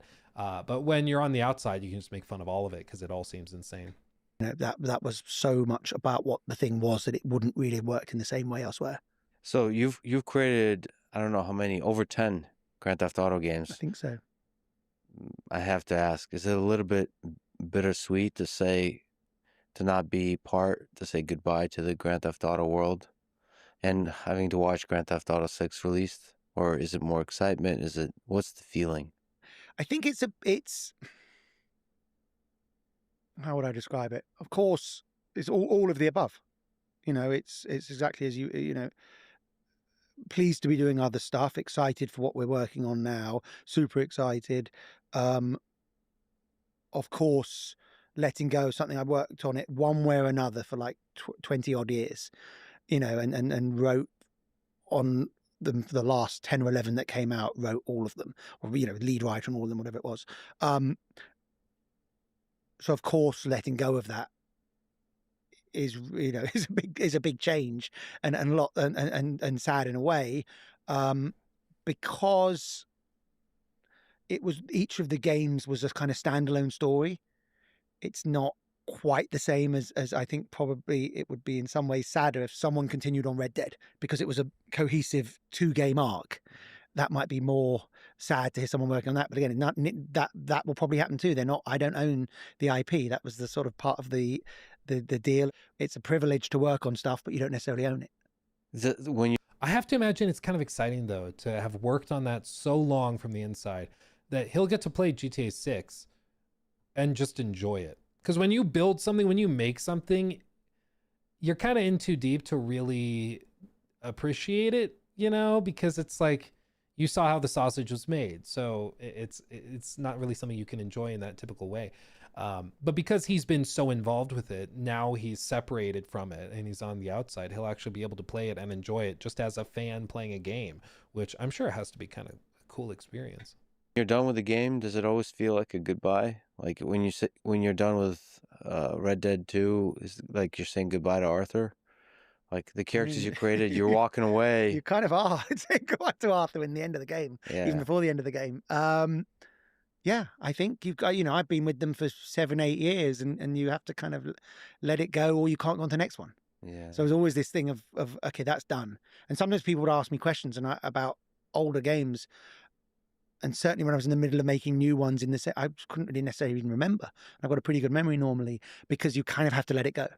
So it's you're so immersed in it and thinking about it. And certainly in that last period, the last few months, you're really, really immersed in every little nuance and every little detail all of the time. And then you're just not thinking about it in the same way. Yeah, it's funny from the player perspective. It feels like an old friend that I miss, whether it's John or Arthur or Nico. It's a real goodbye. There's a real sadness to finishing a video game. Like, I hope so. Legitimately a sad experience, not just because this. Well, I think what he just said is really telling. I hope so. The most impactful and compelling games I've ever played, I've been sad to finish because you know you're closing the last page of the book. You know you're putting a close to it, and after that you can reread it, you can re-experience it, but it's always going to be different. You know. And that's what it was with the end of Red Dead 2. That's what it was at the end of The Witcher 3. That's what it was at the end of Expedition 33, KCD 2. Just to name a few off the top of mind. But that's a very powerful thing, you know. It's a powerful thing. You know, it's like they say, you know, the cost of love is loss, and in order to love something, you have to be willing and capable of losing it. And in the case of these stories and these relationships you build with characters and all that, it's really, I don't know, it can be a sad moment to say goodbye, you know, at the end of it. But that's how you know you had an impactful experience, you know, because there's been some games we've played where it's like, thank God this is over. But in the case of these types of games that we're discussing, it's not a miserable sadness. It's like an appreciative sadness, you know, bittersweet. Yeah, sure. Story is sad, or Because you've been with them so long. yeah, Mm. and it's a real goodbye to close it. There's that feeling when you're sort of close the video game, and it's like saying goodbye to a friend. And it's- That's when you finish a book you love. It's the yeah, same feeling. Same feeling. And I think that was I should have just shut up and let them talk about it because they're saying all the same stuff. something that we really, in the early days of Rockstar, really aspired to have that, where people would have that. It wasn't just the mania of clearing a level, but the feeling of saying goodbye to characters. You know, I think that was something we really wanted to achieve in games that we didn't know was even possible. So to hear people say that is incredibly rewarding. Yeah, the end of On the Road by Kerouac, Mm-hmm. Forlorn Rags have grown old. I just remember closing that and thinking, what the fuck am I doing in this big world? It's a melancholic feeling, but there's nothing like that feeling. And you've achieved it. It's so rare in video games to be able to achieve that with Red Dead. And for me, it was Grand Theft Auto 4 with Nico. I have to ask about, in the 2018 interview, you talked about satirizing American culture, which I think Grand Theft Auto was trying to do. And you've made, I think, a really powerful observation that on the political front, people are getting more divided. It's getting more absurd and ridiculous. And The full quote, Dan Houser is thankful that he's not releasing Grand Theft Auto 6 in the age of Trump. Quote, it's really unclear what we would even do with it, let alone how upset people would get with whatever we did. Both intense liberal progression and intense conservatism are both very militant and very angry. It is scary, but it's also strange, and yet both of them seem occasionally to veer towards the absurd. It's hard to satirize for those reasons. Quote, some of the stuff you see is straightforwardly beyond satire. It would be out of date within 2 minutes. Everything is changing so fast. And I mean, that was back in 2018. And I feel like things only move faster now. I mean, things constantly are altering and shifting. Even South Park has really struggled with it because they do a 6-day, typically, production cycle on their show for each episode. And even that, like, by the time they decide on Wednesday, 1 week to do something, by the time the episode launches the following week, it's like already out of date. And people are like, oh, yeah, that happened. Okay, yeah, whatever, you know.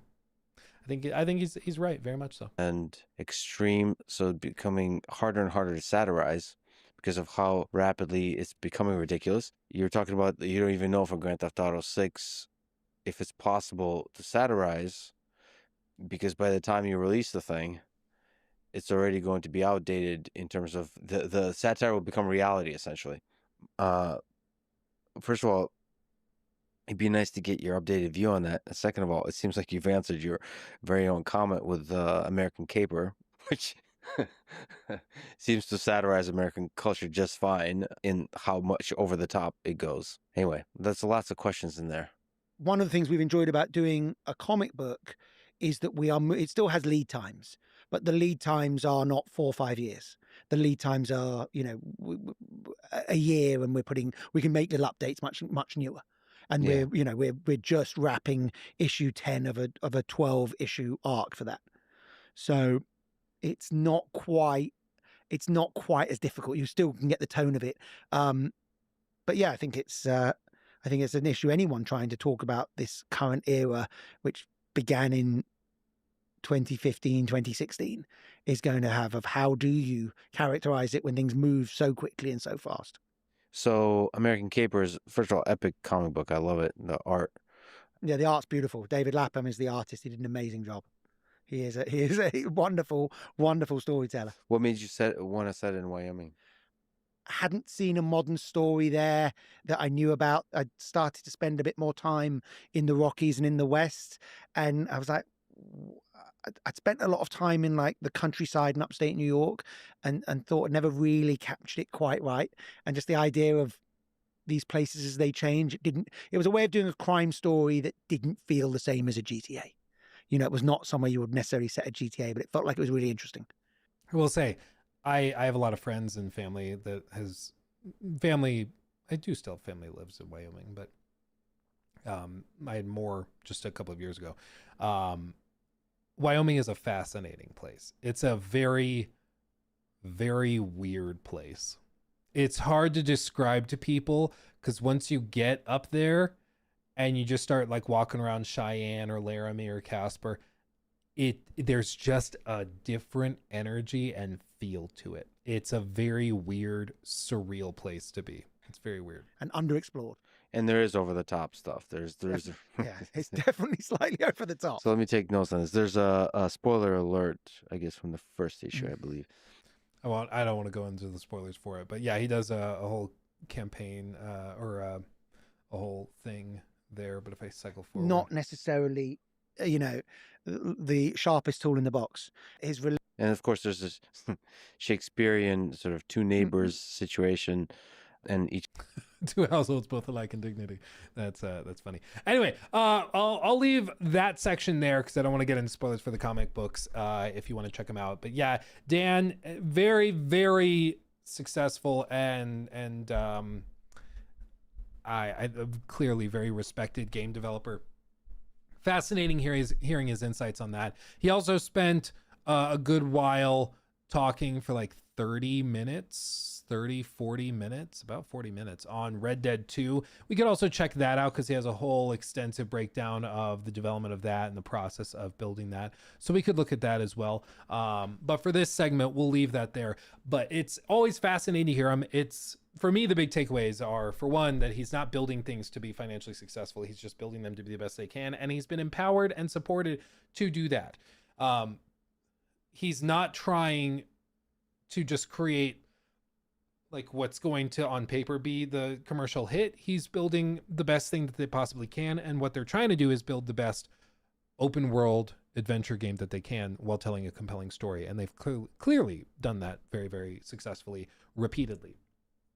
I think that that's just, people ask like, what's the magic sauce, what's the magic of Rockstar, why are they able to be so successful in this pursuit when other companies have struggled? And I really think it does just come down to the leadership and the company culture and how they've supported them and built this out so that they can spend 5-6 years building something that is not built to just inflate player hours. It's not built to just milk players with secondary DLC and microtransactions and all that. They're just genuinely trying to create a compelling world and story and work their ass off to do it. And there's a cost to that, not just monetarily, but also in terms of crunch and the work that they put into it. But pretty clearly it's been successful, and it looks like they're setting themselves up for a similar success with GTA 6, but time will tell.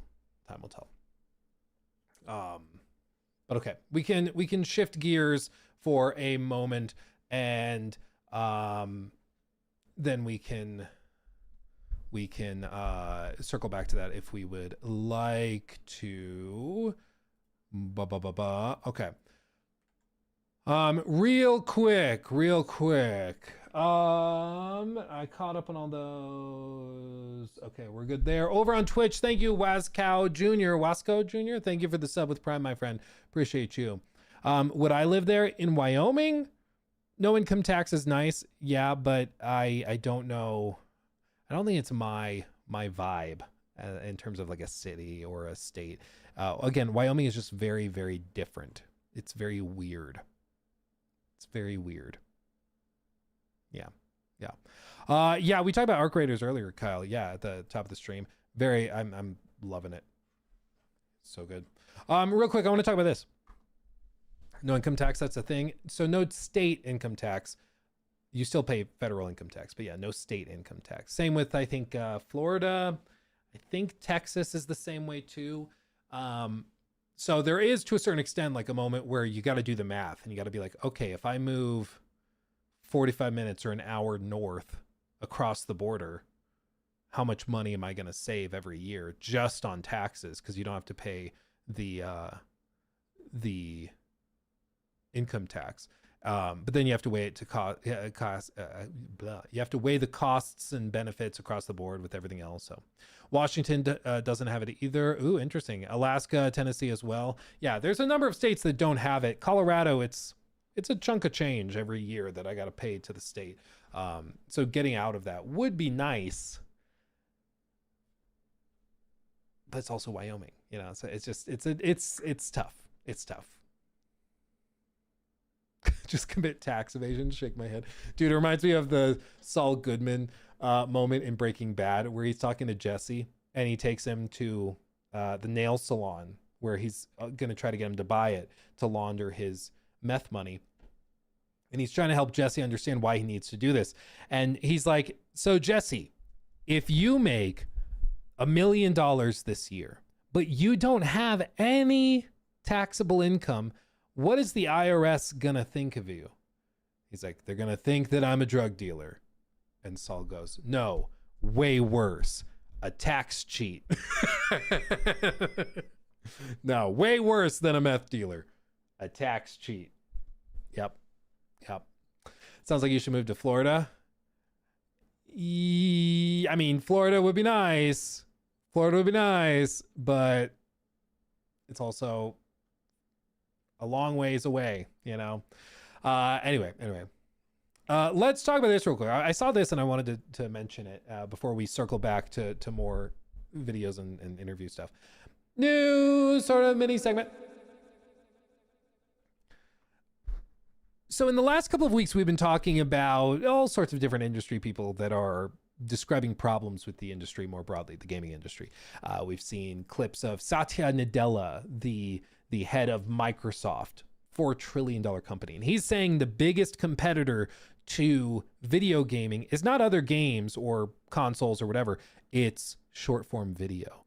Actually, the exact same thing that Sean Layden, the head of PlayStation through the PS4 era, phenomenally talented executive, led PS4 through the golden age, in my opinion, of PlayStation, building out amazingly successful IP and franchises and reboots and stuff.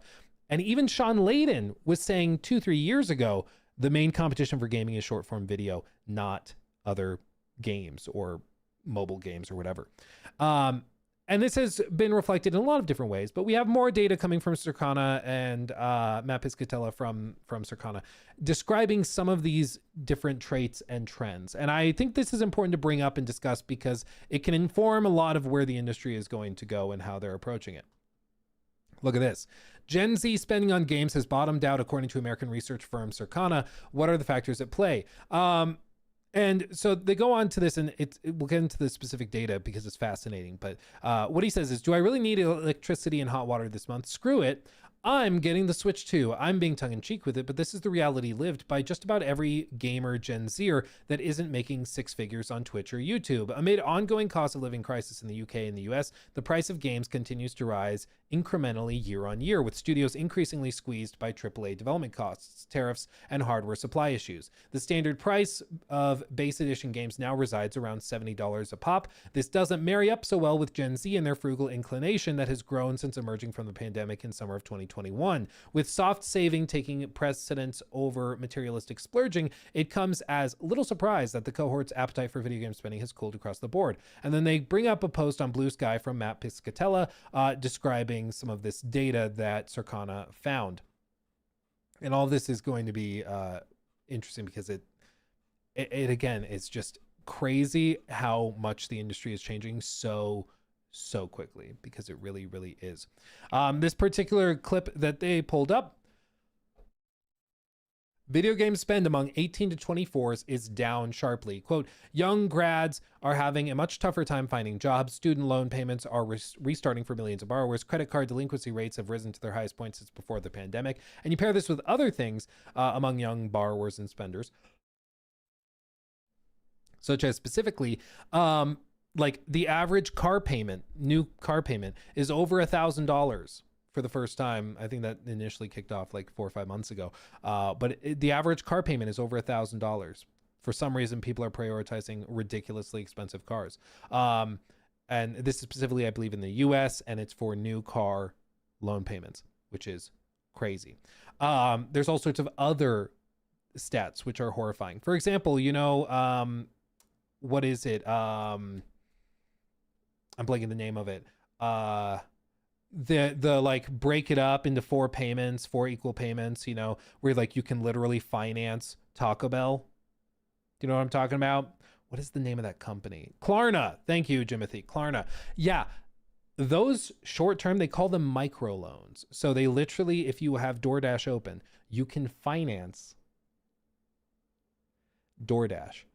You can finance an Instacart delivery. So like your groceries, you can finance buying a t-shirt at Target. You can finance all of this stuff, break it up into 4 equal payments. And how these things always work is just in case it's not clear, because you know, they have a vested interest in this not being clear.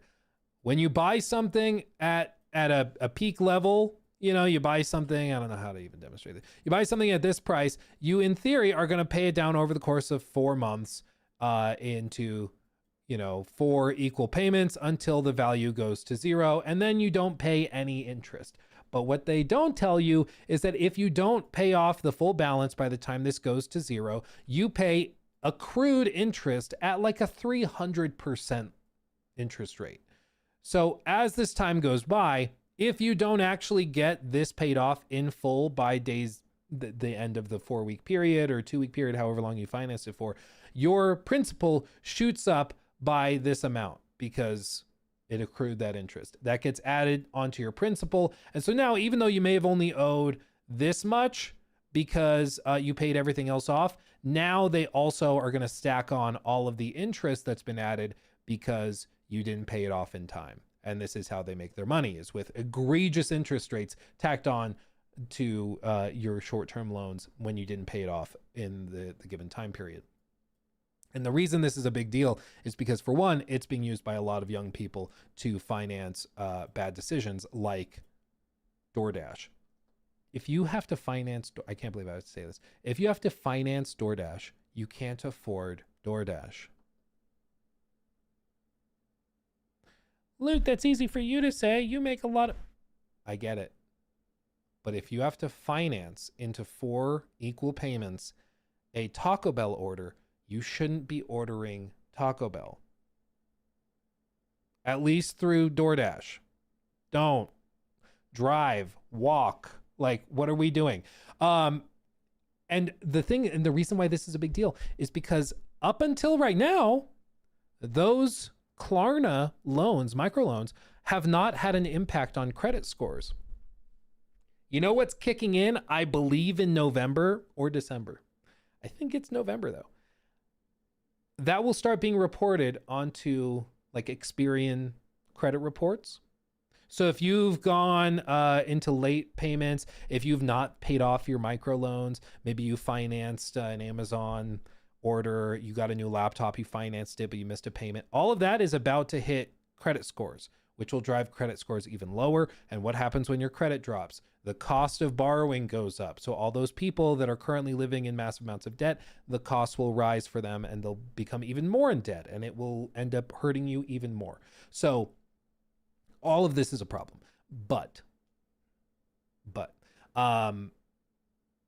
that pairs with overall spending habits that affect all of this. Can I raise my credit score more?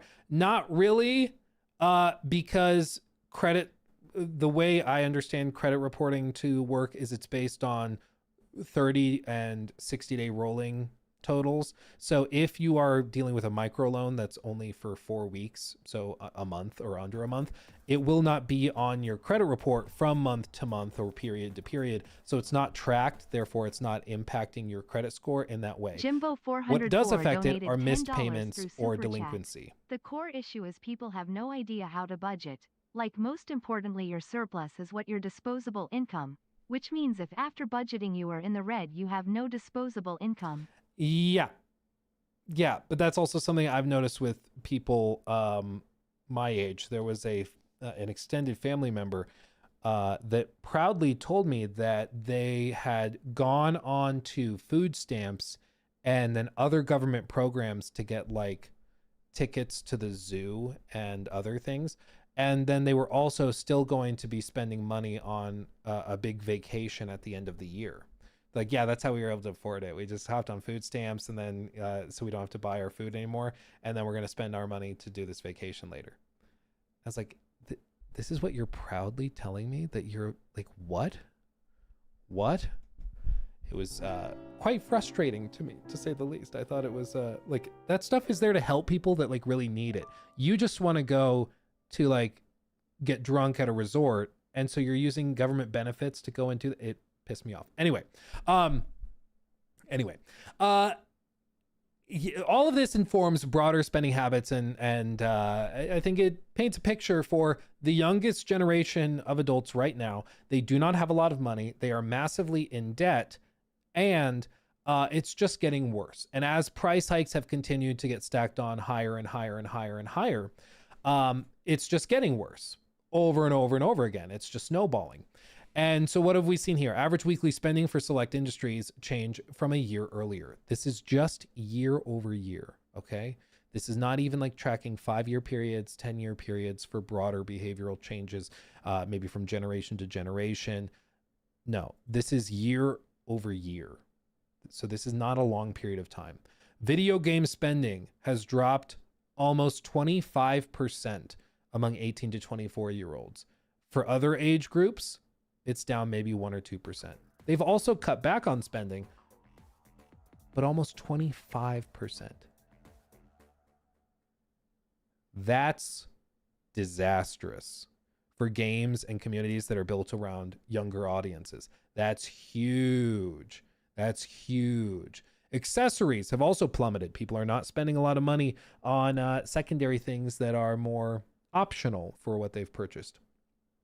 Other age groups, they've actually increased the spend there. Small appliances, same story, massive drop for the youngest generation, increase among the older generation. Housewares, down 15% among the youngest generation, pretty much completely flat for the others. Broader tech spending has dropped. People are not upgrading their phones. People are not seeing the need to upgrade their computers or other things. Maybe because the offerings are boring or they just don't have the money. Total general merchandise has dropped also like 12-13%. Furniture has dropped. Sports equipment has dropped. Apparel, people are also dropping their spending. Prestige beauty, which historically has been something that people are willing to spend money on even in down times, that's also seen massive drops. So you're seeing massive spending cuts across the board among Gen Z.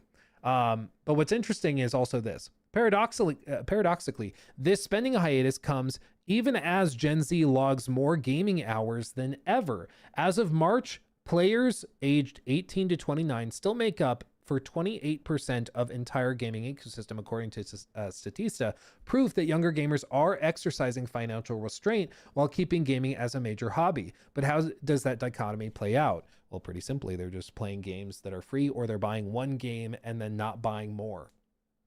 They're more price sensitive. And I think that this is the very short-sighted problem with like raising games to 70 or raising games to 80, is that yes, for your one game that people are really excited for, that might work. People are really excited for I don't know what GTA 6, I don't know, like just a very excited hype game, or Monster Hunter. People are really excited for Resident Evil Requiem. So you raise the price. Okay, they'll be willing to buy it for that premium experience because it's at the top of the heap. But as that kind of adds up across the rest of the industry, it compounds and it snowballs. And so those players and those gamers will become more and more picky, probably exponentially so, in response to that price hike. You raise prices by $10, but now they are buying half as many games. You thought, oh, we only raised the price by 7% or by 8%. So maybe their spending will drop by 7 or 8%, but so long as we can get them to buy our game, it'll be okay. No, because that affects everything else down the line, their spending plummets off a cliff because they just can't afford it anymore. And so they go where they can afford it, or they go and they'll buy a game like Arc Raiders for $40, and then they'll stick to that game. That becomes their game that they commit to for 6 months until they find a reason to upgrade and spend money elsewhere. There used to be a desire for people to just like, people wanted to just buy the new thing and support it and check it out when they had a chance. You know, one of the older examples I brought up is the insane stats around Mafia 3, which I wasn't familiar with until I looked it up. But literally Mafia 3 was like a total disaster. Technically, it was a glitchy disaster. I mean, it was dreadful. But Take-Two Interactive announced just like a week after it launched, that it had sold 4.5 million copies in the first week. This is back in 2016. This is not like 2025 when like the industry is significantly larger than it was back then 9 years ago. But 9 years ago, it sold 4.5 million copies in the first week, despite being a technical disaster. It was crazy, but people were willing to spend $60 to buy the latest AAA game to add to their library. And they're like, I might not play it right now. I'll wait. I'll play it later once it's fixed and patched up. But when the price is raised to 70 for not just that one game, but for everything else, they become much more picky, much more selective, much more careful with their dollar. And we've seen that where people are being very, very cautious and careful and calculated with where they're spending, specifically among the younger generations.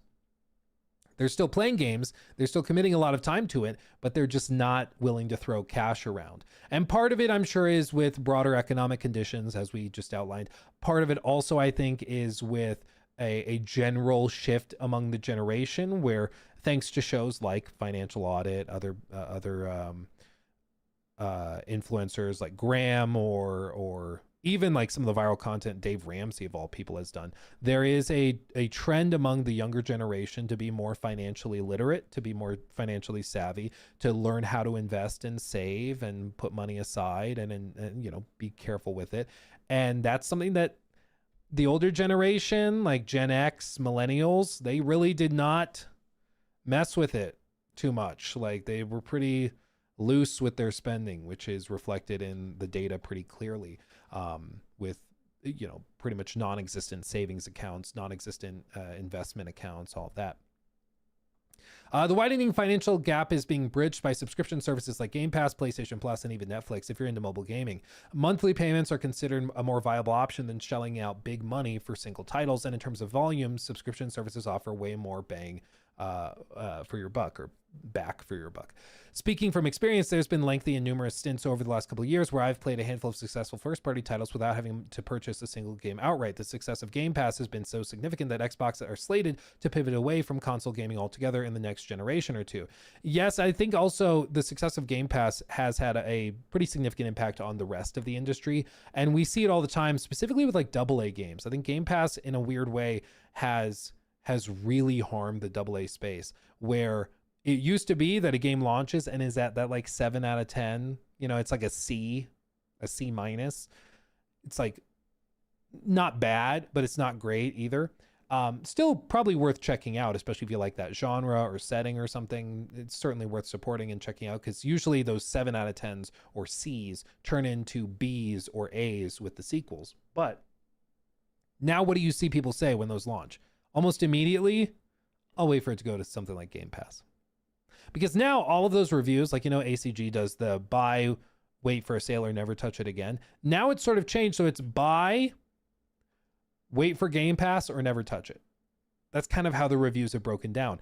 And that's, I think, harmed a lot of these smaller devs and smaller publishers, because now if a game is not a tremendous, fantastic masterpiece, or has some insane hype, people will just wait till it goes to a service like Game Pass, so they miss out on all of those initial waves of sales. And so that incentivizes them to put it on the service day one, which potentially misses out also on day one sales if it happened to pop off, which we saw with Expedition 33, which had a ton of hype around it as well, reviewed incredibly well. It was on Game Pass, but people also wanted to just buy it, and so they literally sold out of physical copies in all of Europe. They just didn't have physical copies of it anymore. They had to literally go and manufacture more because they ran out. They go on here, distribution of game users in the United States as of March 2025 by age group. 18 to 19, only 4%. 20 to 29 is 24%. 30 to 39 is 26%. 40 to 49 is 21%. 50 to 59 is 17%. And then there's 8% in the 60 to 64 range. But the bell curve is pretty clear. A lot of the spending, a lot of the users are tied up in this like mid 30s range, which is good for the games industry because those people tend to have more expendable income, and so they can try to appeal to them there. But ultimately, a lot of these executives are trying to think 5, 10, 15 years in the future, and they're starting to look, okay, in 10 years, once all of this is shifted to the right, how do we appeal to the younger generation, to these guys who all of a sudden are not spending money on this stuff. They're also playing live service free to play games. How do we extract cash from them? That's the ultimate goal. My takeaway from a lot of this is that I think that these spending changes and behavioral changes are informed by many things. I think it's secondary factors, macroeconomic factors, as we outlined, because the youngest generation is in a really tough spot financially. Even just, setting aside things like buying a house, which now seems farther away as a possibility than ever for a lot of those people. Saving and investing is very, very difficult.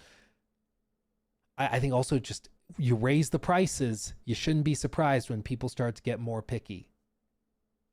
You shouldn't be surprised. And that's what's happened, is that they've raised prices across the board within the industry. And then they're like, where's everybody going? Why is nobody spending money? It's the exact same damn thing that's happened in Vegas. It used to be, I just saw like I think it was Wall Street Journal or something, or New York Times. They did a little video expose where they went and they looked at the menu pricing and all the pricing for Vegas in 2019, pre-COVID. And you were able to literally go and get like a steak dinner on the strip for $5 because it was subsidized, since they knew that you were going to go gamble in their casino. So they're like, yeah, if you eat while playing blackjack, we'll give you a steak dinner for $5. You get lobster tail for $1.50. All this crazy discount, very affordable, and it was booming. Post-COVID, all of that is like $95 for a steak dinner. Oh, you want this drink? It's $25 a drink within the casino. They raise the prices on everything, and then they're shocked that nobody is spending money within Vegas. Nobody's going to Vegas anymore. It's the same thing with the games industry. They raise prices across the board, then they're like, why is nobody spending any money? This is weird.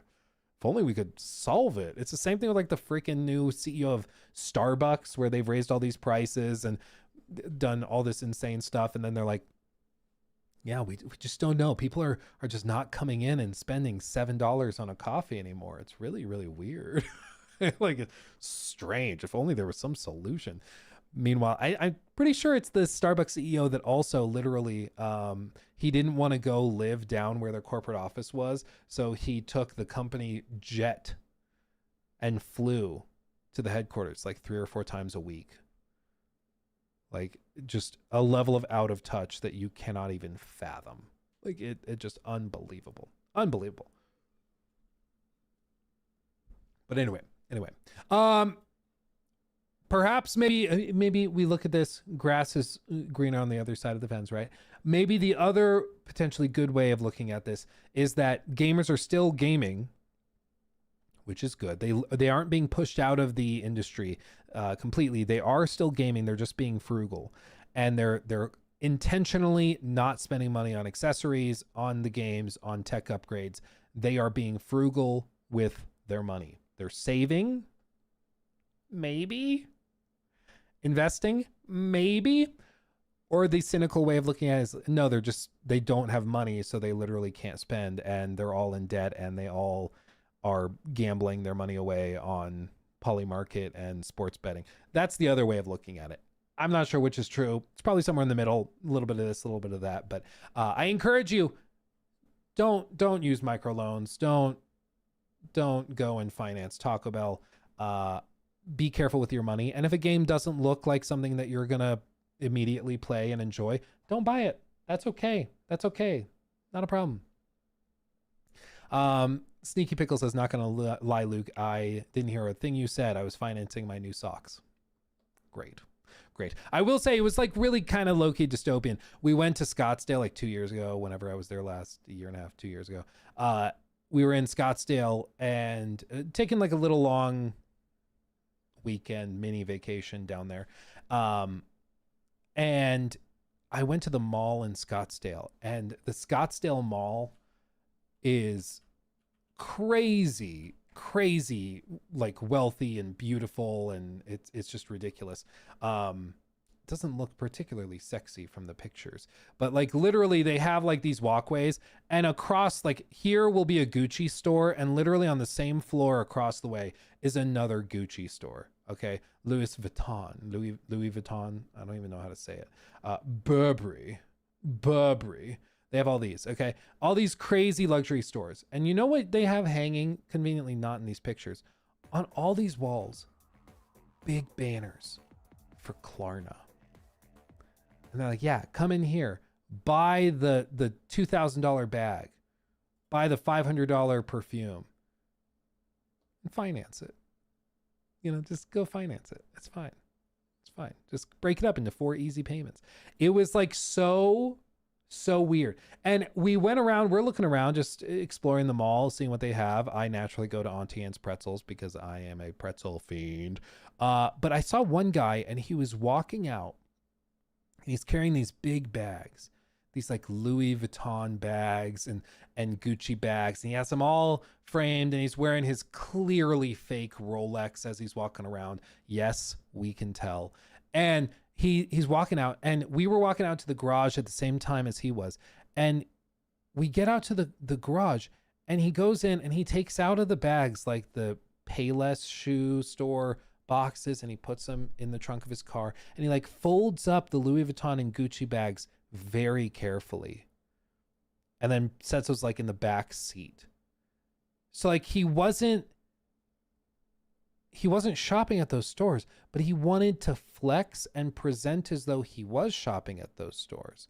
So he brought the bags, I guess, with him to show and try to flex like he could afford. And he's loading them into like a beat up late 90s Toyota Camry, which is fine. There's nothing wrong with driving that car. If anything, it's a fantastic car to drive. Probably very cheap to get. It maintains. You can drive that thing to 500,000 miles and it'll be okay. But it was the bizarre dichotomy and like contrast of this guy that clearly did not have a lot of money, but cared so deeply about trying to flex and present as though he did have a lot of money. It was very, very weird. It was very weird.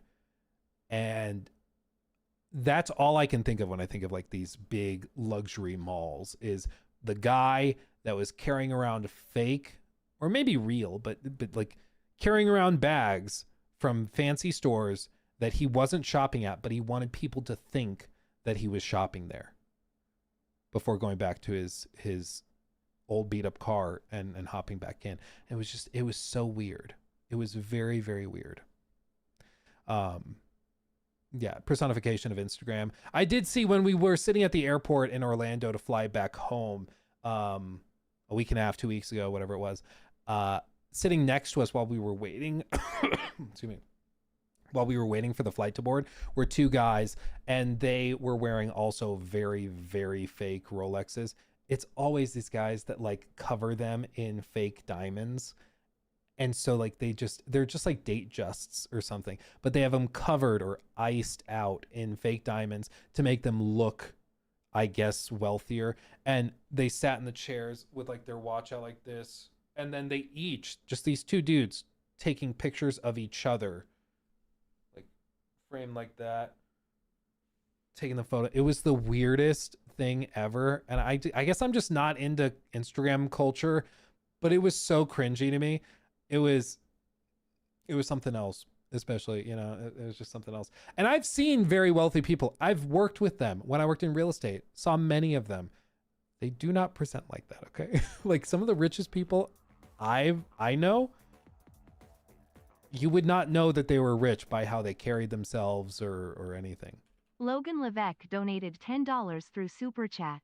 Forgive me, Luke, for I have cringed.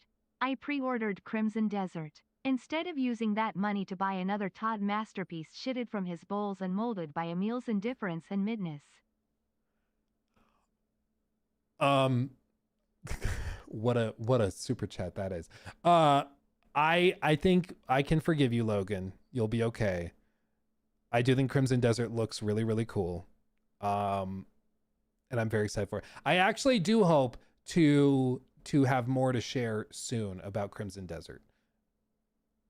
I hope to have more to share soon. So stay tuned. We're working on something cool. Yeah. But to wrap this up, for example, we did a theater event back, like this must have been 2017. I've talked about this before, but back in like 2017, we did a play and it was called Peter Wendy. It was like a retelling of Peter Pan. And we did this play, and the guy that ran the theater company was very good at rubbing elbows with like wealthy donors and stuff. And he went and he got a bunch of wealthy people to come to a director's dinner. And this director's dinner was someplace where you pay, I don't remember how much, but you pay a lot of money to go and you get to eat a catered dinner and then watch the show privately, among other wealthy people. It's how a lot of these theaters raise money. And he invited and got Pat Stryker. And Pat Stryker is a billionaire who ran like the Stryker Corporation medical technology company. Very, very wealthy, very successful. And so Pat Stryker was probably the single wealthiest person I've ever like been around and talked to. But you would not know that Pat Stryker was a billionaire if you ran into her in like a Target or something, or at a mall. You would not know. Like if you saw and you look closely at the watch she's wearing, you'd be like, that's $100,000 watch. Like you would notice at that point if you started like really and you like knew what you were looking at. But she's not walking around in like the gigantic jeweled crested whatevers. She's not driving the Rolls Royce. She's not like, it's just not what it is. It's old money versus new money, right? It's just a different vibe. It's a different approach. Yeah. Anyway. Okay. It's old money versus new money. Well, it's also there's a certain point where like if I own a watch that's like worth a lot of money, I'm probably not going to wear that watch going out to a public mall with all sorts of people just like casually walking around, right? Like if I'm worried, if I wear something or have something that is that valuable, say like a $20,000 watch, I'm probably not going to just go casually wear it walking around or going to Taco Bell or going to Chick-fil-A or sitting at the airport or something. Like maybe airport, I guess, is secure, so I can see that, but probably not the mall, right? And these guys that are walking around trying to present like they're wearing a $100,000 watch that's covered in crystals and stuff. It's like, if it were actually that valuable, I don't think you'd be wearing it here. I think you'd probably be able to afford like a bodyguard to walk with you. You know, like it's why we can tell. Like it's the difference between like gaudy, where it's like trying so hard to look wealthy that it looks really, really cheap, you know? What am I wearing? This is like a Seiko solar watch. People ask me actually all the time what this watch is, but it's just like their version of a diving watch. It's just a solar watch, so it charges literally with the sun. So it's not like an automatic movement or anything. It's not mechanical, but it's just a nice looking watch. You can beat up and not feel too bad because it doesn't have to break apart. Like it's not so expensive that if it breaks, you'll be super sad. Like you can deal with it. And with toddlers, this is a good everyday watch because if it gets beat up, it's okay, you know? And solar watches are great. Seiko makes great watches, you know? It's fine. I have some nice watches that I like wearing, but I'm not wearing those every day, you know? Because like you don't want them to break or fall apart. Okay, we've got a couple of options. Okay, real quick, I'm gonna gauge just based off of initial impressions. Okay, some of you guys have recommended a number of videos in addition to one that or a couple that I found. We have a couple of options for where we go next. Okay, number one, there was a talk at Unreal Fest in Orlando posted 3 days ago, the road to 60 FPS in The Witcher 4. Discussing from some of the designers and people that are building this, how they achieved the 60 FPS target and what they're doing to achieve 60 FPS in The Witcher 4. Okay. That's one. The other one is a Big Boss video on the absolute chaos of Bethesda. That's another option, also recommended by you guys. And then there's another video that was recommended by number 11 on our Discord, an amazing breakdown on why the new Pokemon is not worth the money. One, I think may be worthy of a reaction, titled Disney Adults of Gaming. Pokemon fans told me to end my life. So what are we feeling? What are we feeling? What are we feeling? I will say I had never thought of Pokemon fans as Disney adults, but now that I've heard somebody describe it that way, I can never unhear it or think it, because it is kind of right. You know, like it does kind of pass the vibe check. It does kind of pass the vibe check, frankly. Okay, I'm seeing a lot of Witcher. We can do Witcher first. We can do that. Okay, we can do that first. I don't know if we'll get through this whole thing, but I do want to check out little bits of it. Okay, I do want to check out little bits of it because I do think it'll be interesting. Okay. Okay, here we go. News, Emmett. Thank you, Logan.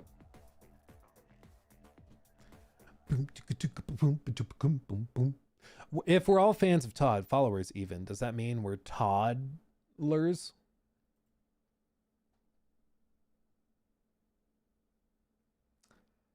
Followers of Todd. Toddlers. I guess. I guess.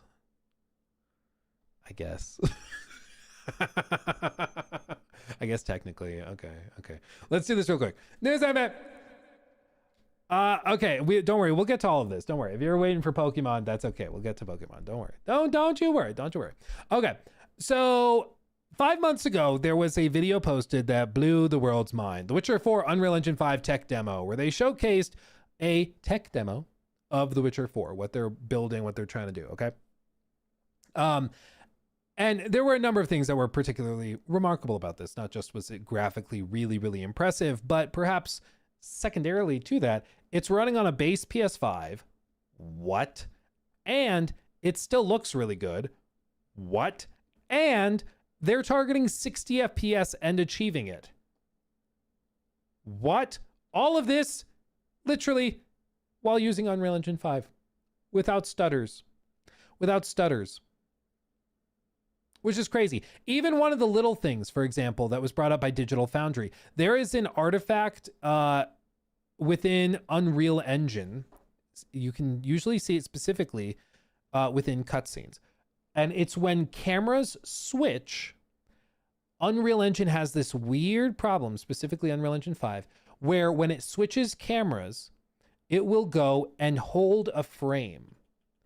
So what it'll do is, like on this camera swap, it will hold the first frame of the new camera. There we go. It will hold this frame for an extra frame and then cycle forward. But as you can see, it doesn't do that here. It's able to go from the first rendered frame straight into the second to the third. And you see a couple of little things where it's still like loading in the lighting here where this kind of settles down once you get a frame or two in, but it's not holding a frame. So even little core things that are very, very integrated into Unreal Engine were not present here, these little artifacts. And that led a lot of people to feeling like maybe this was fake, that this was so customized that there's no way the final game looks or runs anything like this. Which honestly, I think it's a fair impression to have, that it's too good to be true, because this looks very, very good. And we've been lied to so many times. I get it. I totally understand the skepticism. Digital Foundry guys got to go and actually see this demo run in person. They confirmed it was running on a base PS5. And so not even a PS5 Pro or anything. So it's running on a base console. And they confirmed all of that stuff. And they asked lots of questions and follow-ups. And basically the answer from the CDPR guys was that they've just done a lot of custom work and they've done a lot of work on it, and that's how they've done it. But 3 days ago, there was a talk given at Unreal Fest 2025, or posted from this, as you can see here, where they talk about all of this and how it went down. And this is from Kevin Ortegren, the lead rendering programmer at Epic Games, and Jaroslaw Rudzki. I'm very sorry if I mispronounced that. Describing all of this stuff and how they got it working. And very long story short, TLDW, they basically have just redone a lot of stuff from scratch and rebuilt a ton of stuff to make this work. But let's hear them describe what exactly they're doing. Good morning, everyone. I hope you're having a great Unreal Fest so far. Looks like a pretty good turnout today. My name is Kevin. I lead one of the rendering teams at Epic. And my name is Yaroslav. I am expert engine core tech engineer at CD Projekt Red, and I'm super excited to be here with Kevin to bring some developer outlook on the topic. So today we'll be taking you behind the scenes of the Witcher 4 Unreal Engine 5 tech demo, which you hopefully saw yesterday. Actually, raise your hands. Who saw this thing yesterday? I think this technically was recorded 5 months ago, but it's the first time it's being made public as of 3 days ago, I believe is how it's broken All down. right, you've come to the right session for sure. So our main focus today is the performance aspect of the demo, both from the CPU and the GPU side. We'll talk about some new things we did for the demo, and also some general good practices, and hopefully you take away a lot of knowledge of how to get your large open world game to run at 60 FPS on current gen consoles. So here's what's in store for us today. We'll give you a peek at the goals we set up for ourselves at the start of the project to give some context. We'll talk about some of the frame budgeting philosophy, and then move into the details on the key CPU and GPU improvements and how those were implemented in the demo. But first, let's hear a little bit about the collaboration behind the demo. Yeah, we have been given the great opportunity to combine the best of both worlds, the technical expertise at our friends at Epic with our experience at CD Projekt Red in building big, dense, open world games. So we've essentially worked as one large team, coming up with solutions together, reviewing each other's work, and generally fought hard to make this into an awesome demo for you guys, but also to improve the engine along the way.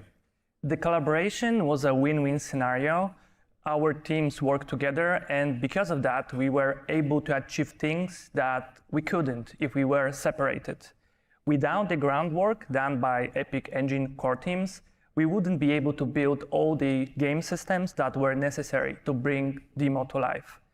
During the sessions, we're gonna talk that we did things together, and we're gonna with you indistinctively. But the credits has to go where the credits are due, and to the both sides, because the work was very collaborative. And I think that this is an important thing to remember when we talk about all this Unreal Engine stuff, specifically with regard to Witcher 4. Cyberpunk 2077 largely reflected the quality of NVIDIA's tech, right? Because it was all about, look at our latest path tracing stuff, look at like path tracing overdrive, look at ray reconstruction, look at DLSS, look at all this stuff.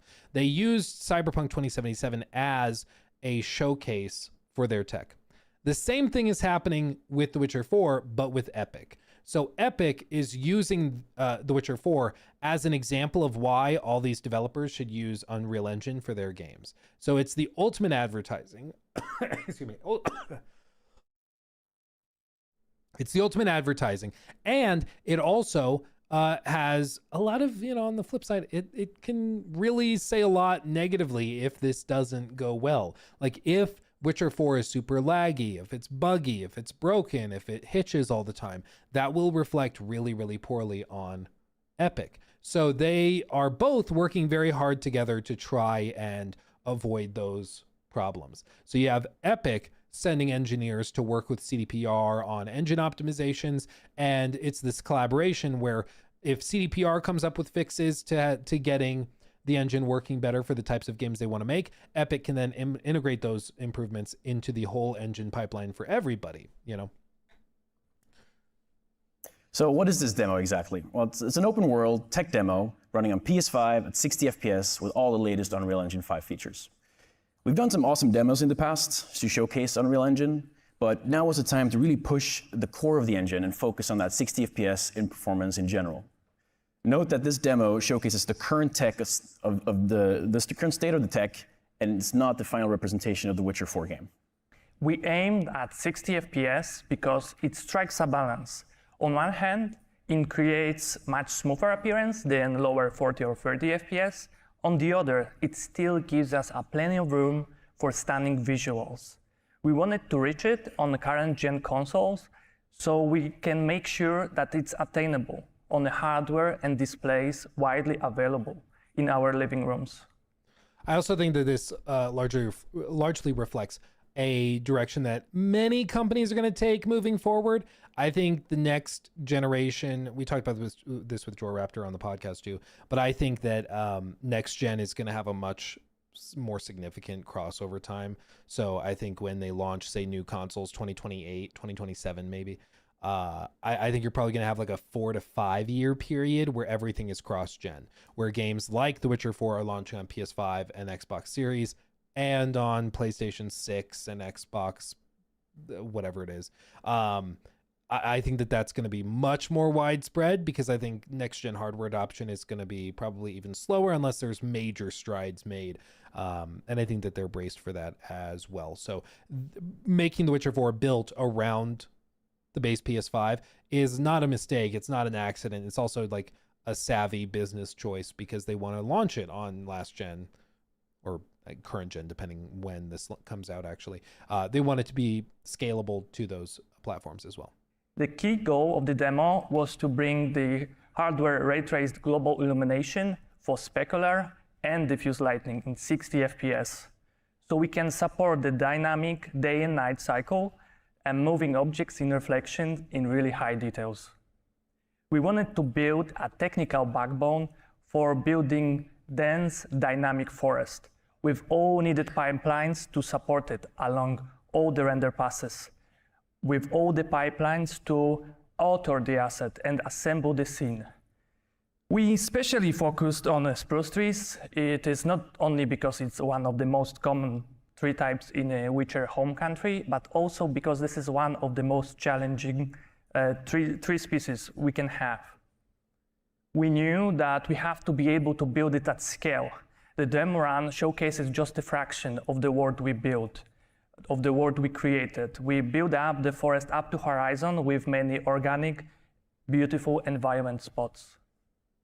But we still have been able to provide a hitch-free experience to fulfill this roaming Witcher fantasy we have. And this is, I think, the first point of skepticism among most people, because we've played a lot of Unreal Engine games, and Unreal, for whatever reason, my understanding is it has to do with compiling assets and shaders and all sorts of stuff within the engine, but it's pretty deep down under the hood. When you start moving past a certain speed and you start moving past certain distances, Unreal Engine just starts to hitch like crazy. Like it just does. It just does. And like even Borderlands 4, even games like Outer Worlds or Avowed, they even experience hitching when loading into new zones or running from one zone to another. It happens. It happens. And so if they've solved it, I think that's great. I'll believe it when I see it, though, because this has been such a widespread thing. It's also, it may be hitch-free on console. Is it going to be hitch-free on PC? That's another question, because, you know, a lot of these Unreal Engine games run, sometimes at least, but a lot of them run better on console than they do on PC in terms of the hitching experience. You can brute force higher frame rates and resolutions and stuff, but the hitching is more noticeable on PC at least. Yeah, they're going to go over it. Yeah, that's mainly what I'm excited to hear. Where the technical limitations do not interfere with the joy of the copyright. So when we finally approach the Vardrest, we can present you with the place that seems to have a life of its own, where the Ciri is just a visitor, but she still can cross her paths with NPC's daily routines. We knew it will be only possible if we will focus on better hardware utilization. We spent a lot of time on removing things from the critical path and running them asynchronously, but also in parallel. We have been working on the technical demo, but the technology we are trying to build is meant for a full-fledged Witcher game. So we had to ensure that we know how we will be able to scale into full gameplay features. We built with console's limitation in mind, but all the changes we did will benefit PC or any future hardware. So how we approach that? When you build an open world experience, one of the most important concepts is budgeting. When running at 60 FPS, we have just 16.6 milliseconds to simulate the scene. We have 16.6 milliseconds to prepare the data for the GPU, and then 16.6 milliseconds to render the scene in the best quality we possibly can. Our role as engineers is to help our gameplay and art departments to understand the scene they are trying to build, on what engine features they should focus so they can magnify the artistic vision they have without sacrificing the image quality and frame rate. In case of our demo, we can recognize at least two major scene types. The first one is Kovir Wilderness. It is full of natural moving foliage, full of details, density, with gorgeous lighting and crisp shadows. It heavily relies on volumetric effects for immersion to evoke the sense of wonder. But it's also a significant part of the long vista shot in the world that has to invite you to explore. We had to be able to build it at scale, carefully balancing handcrafted areas with offline and runtime PCG scattering. We had to ensure that the traveling is not the chore, but rather a smooth experience. The second scene type we have is our Valdrest Market. The whole area is with much shorter vision range. We focus there on NPC, on the quality of the animation, and the simulation of their daily routines. We want to ensure the quality of animation allows us to present them and put them into situations where we can have dynamic interactions. But the tech demo is not only about balancing those features and picking battles, it's also about pushing for things that we couldn't afford before.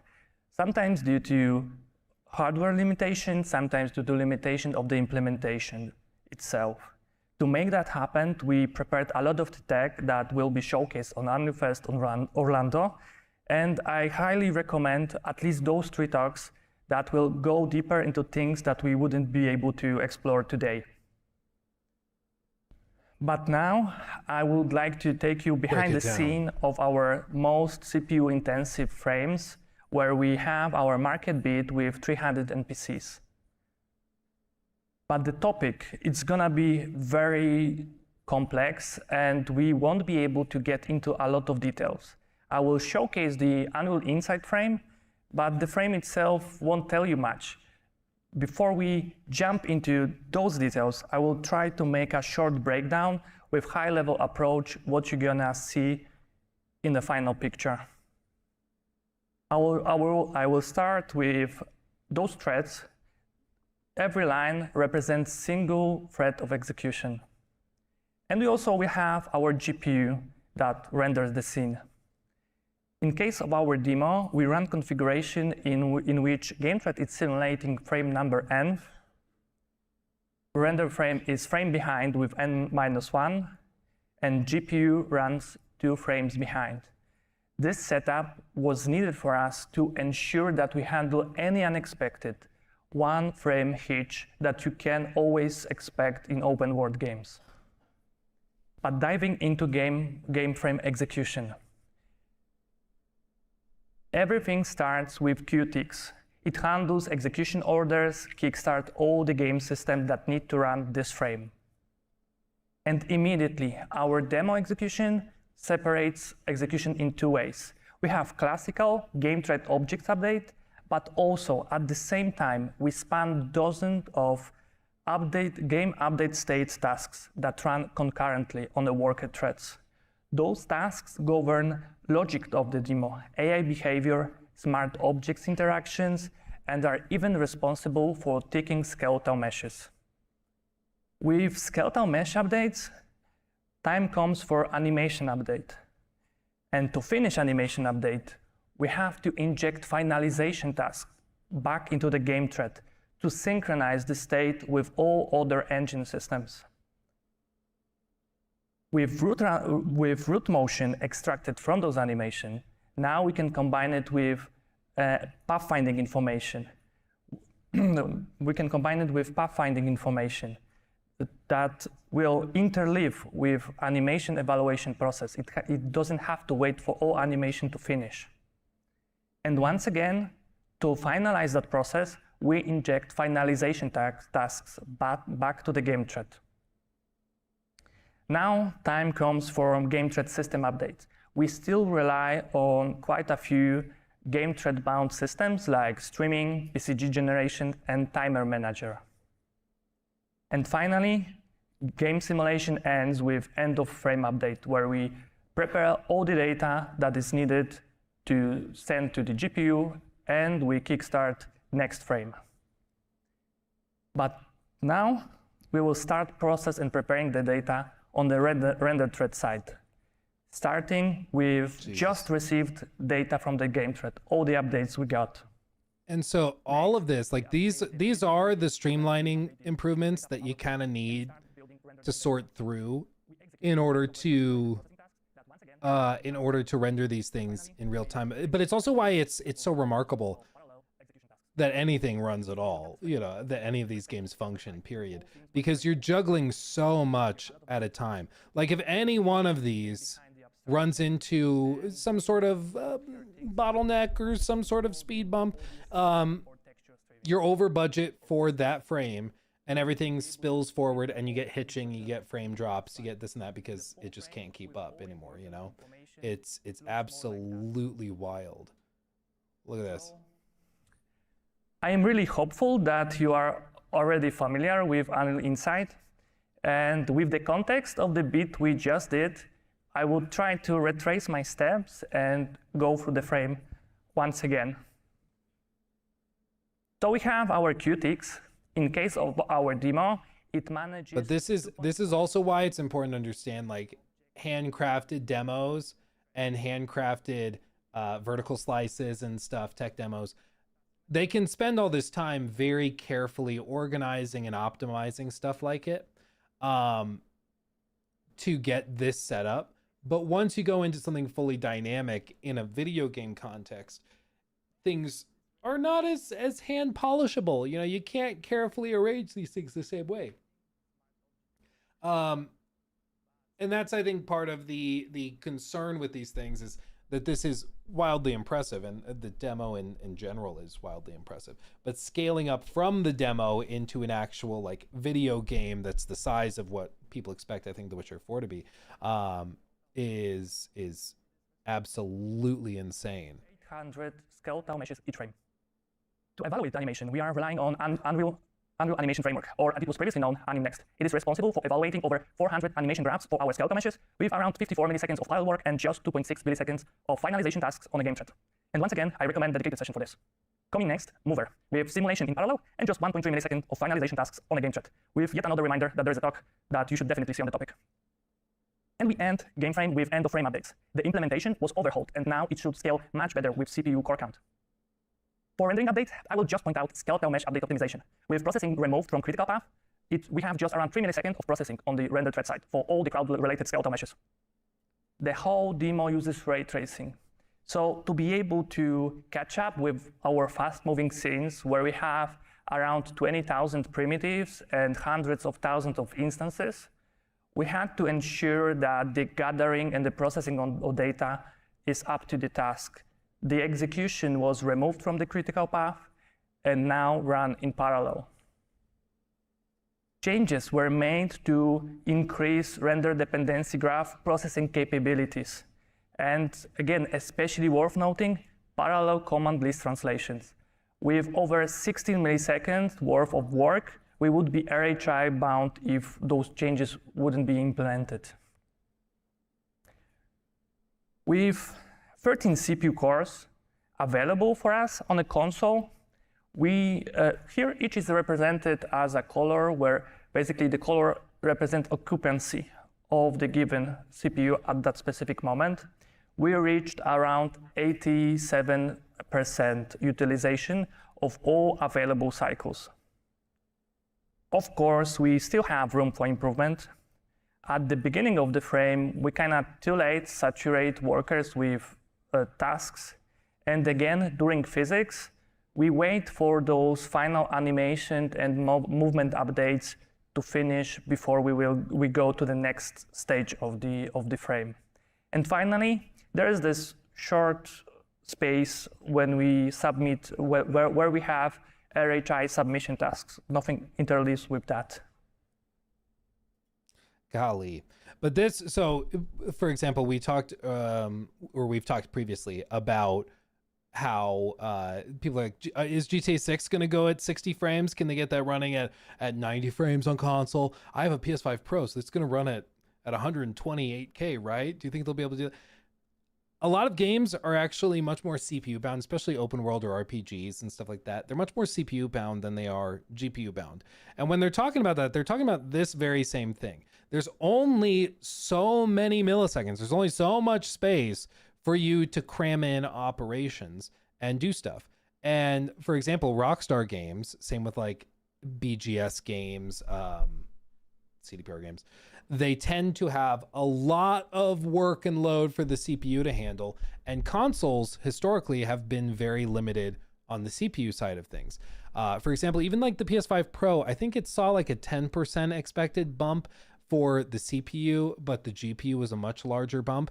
So if your limitation is the CPU, if this is your limitation, cranking up the GPU's capability won't actually do a ton. Because if you're trying to crank down the frame time to whatever it is, like, 9 milliseconds or 6 milliseconds a piece, you need a significantly more powerful CPU and GPU to achieve that. You can't just, crank one dial and expect it to totally change all sorts of stuff. So I these types of optimizations are really, really crucial and very important.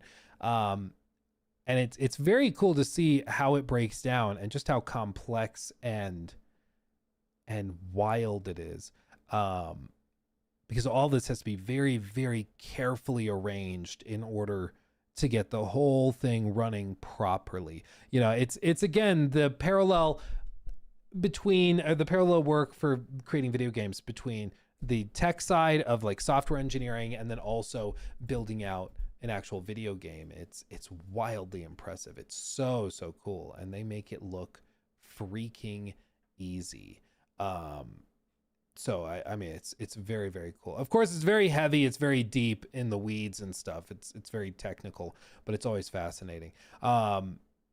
Especially because like they're doing these talks at like this Unreal Fest. And so they're training and teaching other developers how to achieve these same things. And ultimately their goal is for these types of improvements and overhauls to be something that's as easy as checking a box in the engine. Like that's what Epic wants, is for you to be able to just check a box and then it does this for you. And one day maybe they do get there, but until then, a lot of that groundwork is being done by CDPR and by the devs that are trying to build this. And it's very impressive, but hopefully it means that we actually get a Witcher 4 that runs something like this and at this level. But time will tell. Certainly, time will tell. Logan, thank you for the 2. This is cute and all, but what about performance? Well, that's exactly the thing, is that these types of streamlinings and improvements are very, very cool, but when you scale it up to a full video game, things get more complicated. Things get trickier because you don't know which way the player is going to go. If they've timed out all these things to take place within that 16 millisecond window that they have, maybe that works if the player rides the horse this way, but what if they ride the horse the other way? What if they came up the hill? What if in a different marketplace there's something else that causes the frame time to increase? Like you never know what types of complexity will be introduced there. They say that they're designing all of this with that in mind. They say that they're building it with that in mind, which I'm sure is true, but the age-old story of game development is that there's always something that comes up. There's always some headache you didn't anticipate, and that's just something you won't know until you get there. But I think encouraging bit is that they're building it around 60 FPS on base consoles, so that's their floor of performance. They don't want this running at 30 FPS on base PS5. They want this running at 60. That's what they're designing it for. And my expectation is that it probably means that it doesn't run that much better on higher end consoles and stuff. I think maybe, they crank up the resolution here or there, but I would guess that it's going to be around that 60 FPS area for pretty much all hardware until you get to PC, where you can really just brute force your way through. God, game development looks tough. God bless all these developers. Well, it's why it's always I forget who said it, but some game designer said the fact that any game exists is a miracle. And I think that that's true, especially when you start to appreciate this level of complexity and what they have to deal with. And then you add on, so you're doing this, and then you're also trying to write like a compelling story. And you're trying to have characters that people can connect with. And you're trying to make gameplay that's fun. What is fun? How do you make something fun? Then you're trying to build it all in a package that's 15 hours long. And you're trying to account for all the different hardware that could come into play. And then you have to also worry about marketing. How do you present this game to people so that they understand what it is and that they want to buy it? You know, like there's so much that builds into all of this. It's absolutely crazy. Absolutely crazy. It's wild.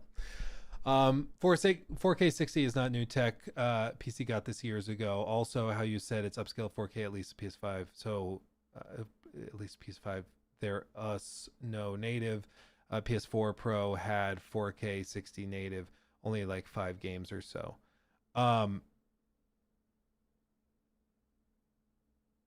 Okay. Okay, I agree. PC has had 4K 60 for a while. Yes, that is true. On a $500 base console, it has not been a mainstay of AAA, certainly open world games, to achieve this level of fidelity paired with that level of performance. You might be able to hit 4K 60 upscaled, but historically it's looked like ass and run like ass. And that's why this tech demo was so remarkable, is that it seemed very like too good to be true, because people saw this and were like, how are you achieving this on a base PS5? Because what we've gotten has not been anywhere close to this level of fidelity or performance at the same time. Whether they can actually execute on it remains to be seen, but still, even on the PC side of things, like games on this scale and fidelity, I mean, Cyberpunk also looks very, very good and is crazy, but it doesn't have this level of like NPC interaction and dynamics either. But it'll be very interesting to see how it scales and how they build it out. So time will tell. But yeah, no, I agree. PCs are cool. I literally have 2. I have 2 next to me. Why do you have 2 keyboards, Luke? Yeah, put 2 and 2 together.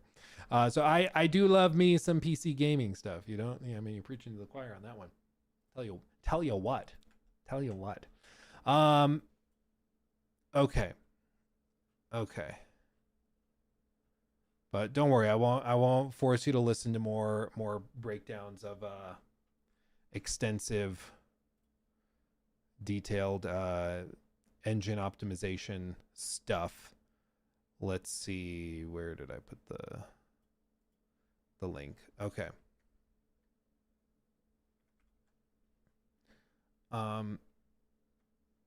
There's this one. Okay. But they will not finish this game before the PS6, right? I have to go back and check the latest earning calls. My personal expectation is that The Witcher 4 probably comes out right on the cusp, maybe like 6 months or so before the launch of the PlayStation 6. And I think what they'll do is that they will launch it on current gen consoles. Next gen will launch, and then they will have pretty much immediately a next gen upgrade. And knowing them, they probably won't charge for it. I think that they'll probably have like just a free upgrade, but they'll try to get you to buy it and play it on the console. They'll do all sorts of promotions and stuff for it. But I think that most likely it will be cross-generational right there. That's what I think.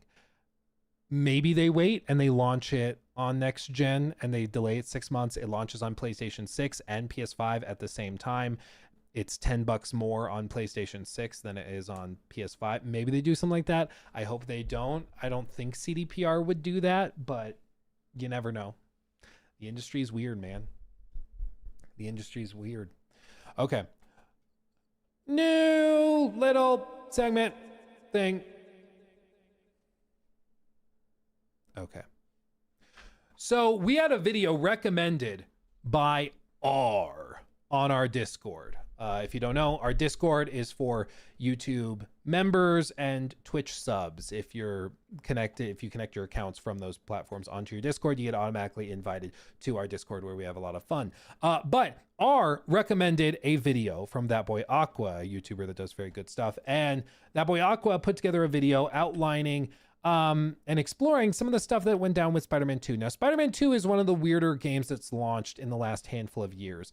If you are not familiar with it somehow, basically, it was a game that cost $300 million and was extremely expensive. And it was good. It was good. Like, it wasn't a bad game, but it's one of the most, and I mean this in the pure sense of the word, it's one of the most like unremarkable games I've played this generation. You know, like there's not much to say about it. It's just kind of like, yep, I played it. Thought it was like, it's pretty good. It was flashy. It was, pretty, ran okay. Like, there's just not a lot to say. Yeah, Master says it was good enough. Yep, it's a game. It was very okay. That's the feeling I think a lot of people have. I think narratively it was a big swing and a miss, which is what this video is going to explore. I think they bit off more than they could chew in a lot of ways. They also had this weird obsession with Mary Jane. There was an interview from the game director where he specifically said that he wanted to make Mary Jane one of the heroes in this story, which I thought was kind of weird because like Mary literally is not a superhero, and then like we're gonna like obsessively try to do it. And as we'll see, and if you played the game, you know that they found ways to try and kind of push her into being sort of a superhero. But I think they also bit off more than they could chew, just in the context and sense that they had Miles Morales and Peter Parker at the same time. So they literally have two superheroes, that share abilities and movement and traversal, and you have to try and give them roughly equal screen time and give them both arcs as characters and secondary casts that they're familiar with and that they're working with. And it just like, they bit off more than they could chew, I think. And so it just came out and it's largely been forgotten. Not many people talk about the game anymore, except sort of in this retro or this retrospective sense. And usually it's not to say really good things. I also insist, I think, that Spider-Man 2, if it had launched in 2024 or 2025, it would have been received very, very differently, because it had some of the most cringe, god-awful writing, especially with some of its secondary characters like the podcaster and all this stuff. It was unbelievably cringe, and they somehow managed to bypass the blowback for it. If it had launched a year or two later, I think it would have been received much more negatively, and I think they got really, really lucky with it.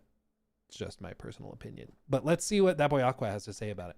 One of the biggest criticisms of Spider-Man 2 since launch was that Peter Parker was nerfed. What does this mean? Well, it simply means that he was weaker and more incompetent in Spider-Man 2 compared to Spider-Man 1 and Miles Morales. Some moments like the infamous fridge scene have become a symbol of this nerf, but which, if you're not familiar, if you didn't play it or if you forgot, basically there's like a major moment in the story where, not to be too specific for sake of spoilers, but Peter should be saving people or someone right now because he's Spider-Man. You know, a superhero who can like stop trains and punch holes in buildings. And in this scene, a refrigerator falls on him and he can't move. What? But it's very conveniently set up this way, as I'm sure he's going to describe. And it's very contrived. And this was my feeling, and it has been, I think, the feeling of many people, which is that for whatever reason, I think there's numerous reasons, but they needed Peter to kind of be second tier in this game. And so they wrote, I think poorly, excuses for him to not be involved in major moments because they needed Mary Jane to be the focus. They needed Miles to be the focus or whatever else. So they come up with these very kind of smooth-brained excuses for why Peter can't help right now. And it's just dumb, but we'll continue. symbol of this nerf. But the bigger question I want to answer is this criticism actually true? The answer is yes. Well, no, but yeah, sorta. It's complicated. So I want to take some time to look over Peter's performance over the first and second game and see if he really was nerfed, and more importantly, how. I think there are 3 ways to analyze how and why Peter might have been nerfed. There's the narrative sense, which is how often he justifiably loses, and then we can look at how Peter is thematically nerfed, looking at how he operates in the context of other characters, and finally, the time sense, where we can view how much Peter is nerfed in the context of screen time. Before we get started, we have to make something clear. People often say Peter was nerfed, but what they actually mean is that Spider-Man was nerfed. We say Peter so people don't assume we're talking about Miles, but we're talking about Peter's Spider-Man. For the sake of this video, we'll refer to Spider-Man purely in terms of Peter Parker's heroic persona, and we will only refer to Miles by the name Miles. This isn't because Miles isn't Spider-Man, okay? I'm not a freak, it's just for simplicity. Also, this Dude, it's been so frustrating, and we're kind of coming out of it, but for a while there, it felt like if you critiqued Miles Morales or Spider-Man 2 at all, people insinuated, but usually passive aggressively, that like you had a problem with Miles as Spider-Man, or like you were being problematic or something. And it's like, no, I really like Miles Morales the game. Like, I feel like Miles and Peter were both kind of screwed by being superheroes trying to share screen time in a game. Like, they should have been given their own games, dedicated games, where they can be the center of attention and be the focus and get full character arcs and all that. When you try to do both at the same time, it doesn't really work as well, in my opinion. video was actually supposed to go on my second channel, That Guy Aqua, but it's going here so you guys can hear about said second channel. I've been covering superhero topics, mostly relating to Spider-Man and Batman, posting every Monday, and I hope to see you guys over there. Without further ado, let's see if Peter was actually nerfed. When I began researching for this video, my first step was to replay the game and look at all the times Peter loses. I then tried to categorize how he lost and if it was justified. A justifiable loss is considered as a moment where he does not feel, in the moment, nerfed as a means of giving the story stakes. For example, when he loses to the Sinister Six, that's totally justifiable. He's surrounded, taking a 1v5, and while he holds his own for a bit, it makes perfect sense that he loses here. Yeah. An unjustified loss is when in the burning building with May. Peter's strength is suddenly so weak that he virtually passes out as he falls into a burning building where, had Miles not caught him, he would have been burned alive. This to me is an unjustified loss where Well, because they need Miles to save him, and they like, and this is like weak writing, period. It's also the same frustration I have with like The Last of Us Part 2, where everything is so contrived to end up with the conclusion they decided that it just feels overly forced and it just feels bad. You know, it's the same thing with like with Abby, like walking around in the snowstorm, deciding to go off by herself, which is objectively a very stupid thing to do at the start of the game, leaving Owen. And then she goes off and happens to just stumble into not just other survivors to save her. She happens to stumble into the one person within that city she thought was in the city. She wasn't even sure. The one person in that city that she wanted to find for sake of revenge, and is able to convince them to go back to her base of operations, where they're able to lock him and get him in the basement where they can kill him. And like, it's just so convenient, you know, because they very, very carefully crafted it that way. Jesus Christ, what are we doing? Yeah, god damn. Anyway, continuing. Sorry for trying to just chat. Continuing.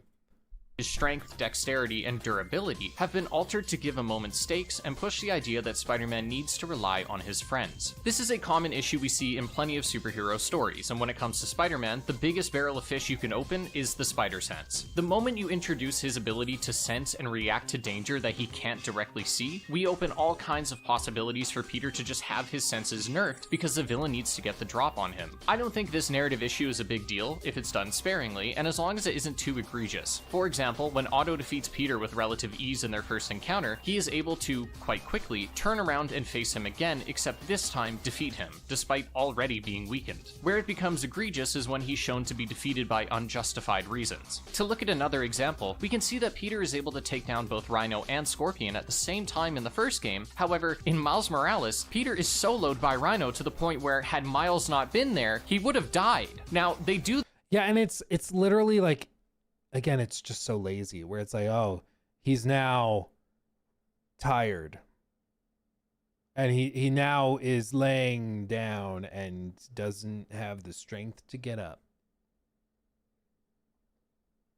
Boom. It's just so lazy, you know? It's like you didn't even come up with a clever explanation. You didn't come up with some cool reason why he needed to sit out. It's just he's tired now. He's sleepy. This so that Miles has a reason to step up and be pushed enough to unlock his Venom powers, but it makes no sense that Peter would be so easily battered by the Rhino like this. So with that in mind, let's look at all the ways Peter loses in the first game.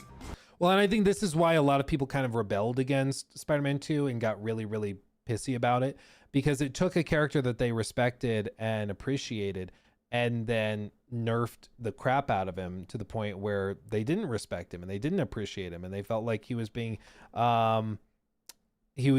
used as a punching bag to justify another character's arc, which again just feels bad. It's the same emotional response people had to Joel's death, because it was like, you just killed off Joel so that Abby could have her character arc of like revenge bad. And so they feel like you disrespected the character they knew and loved in service of another character, you know? The first instance of Peter losing is when he is knocked out at City Hall. This is a perfectly justifiable way for him to lose. He wasn't prepared, did what he could, and ultimately wouldn't have been able to stop the bombing anyways. Another is when first coming face to face with Lee, where Spider-Man is pinned under a server rack after taking a direct blow. He didn't know about Lee's powers or how they worked, and the server rack was probably pretty heavy. I'd say justified. When Sable shows up, she traps Peter and he can't break out, even though he does that plenty in gameplay. I would say this is pretty unjustified and is done to make Sable seem like a threat. He also loses to her again later in the game. It's the cringiest thing when like something happens in a cutscene, but then in gameplay it's totally normal and fine. There's some exceptions where it's like you're introduced to a mini boss type class character, and the first time you see them, they're a main boss. You beat them, and then they become like a grunt enemy or a mini boss enemy later in the game. And it's like, okay, but you grew in power and capability, so what used to be a major challenge for you is now not that big of a deal. I can make an excuse out of that. I can like hand wave that away. But when it comes to this stuff where it's like literally in a cutscene, can't break free, I'm stuck. And then in a moment later in gameplay, when grunts are using the same weapon, you can easily break out of it. It's just dumb.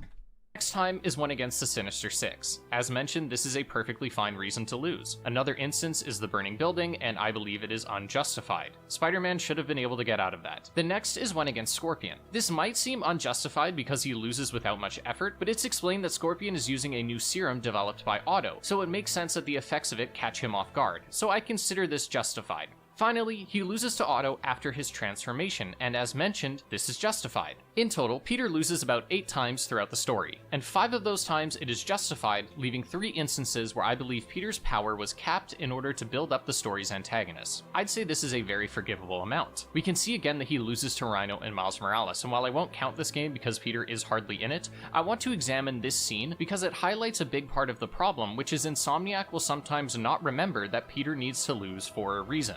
If he lost to Rhino because Miles interfered and accidentally sabotaged him, then it wouldn't feel like Peter is just being nerfed to fit the narrative. Anyways, let's move on to Spider-Man 2. Yeah, it's very, again, my frustration with Insomniac's writing is that it's very lazy. And I mean that in many different ways, but ultimately it's just they will have the most soft-brained excuse or justification for why something has to happen, and they won't try at all to justify it within the world or with the characters or anything. It's just lazy. So we need Peter to not interfere with this next gameplay sequence because we need Mary to have her reasons to do her stuff. Because if Peter was able to help, like there wouldn't be much challenge. It wouldn't make sense. So I don't know. Just do we have a fridge? Let's just put him under the fridge. Okay. And that's the extent of it. No consistency. That's the other thing. And that's part of why I say lazy is that they aren't even trying to think through, does this make sense? Is this justified based on other stuff we've done? When he had that building collapse on him, was that too much or was that something he could overcome? There's no attempt. It's just, whatever. Sure, sounds good. Spider-Man 2 introduces a bit of a problem with our current methodology, which is that sometimes Peter can technically lose and win at the same time. And this comes up in the game's very introduction. When fighting Sandman, Peter falls into some It's not about lazy, it's about philosophy and intent. It was extremely purposeful. Oh, I'm not saying it wasn't purposeful. I'm saying it is very purposeful. They want, in like, for one sequence, they need Miles to unlock his extra powerful attacks. I'm blanking on what they're called. But, you know, like the yellow electric, whatever attacks. And so they need Peter to be incapacitated so he has a reason to unlock those. And they just are like, he's tired now. There you go. So it's purposeful. It's just really lazy. Like back when The Last of Us Part 1, for some reason I'm bringing up The Last of Us a lot today. But The Last of Us Part 1, Neil and the whole group of Naughty Dog designers and stuff that did press for The Last of Us before it launched, they said multiple times that Joel was the only playable character. They said multiple times, it's just Joel. Ellie is a side character. She's a sidekick, basically. You don't play as her.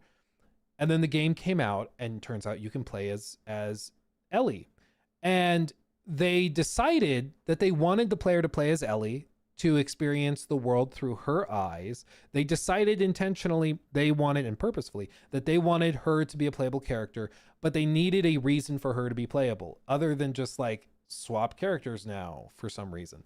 And what they did is they created a narrative reason where Joel becomes injured in a believable way and is incapacitated medically, so she needs to step up. Now, on the flip side, in that case, they needed Joel to then go and save Ellie, and so he makes a miraculous recovery in the span of like an hour and a half, taking some medicine, and he's totally fine after being impaled.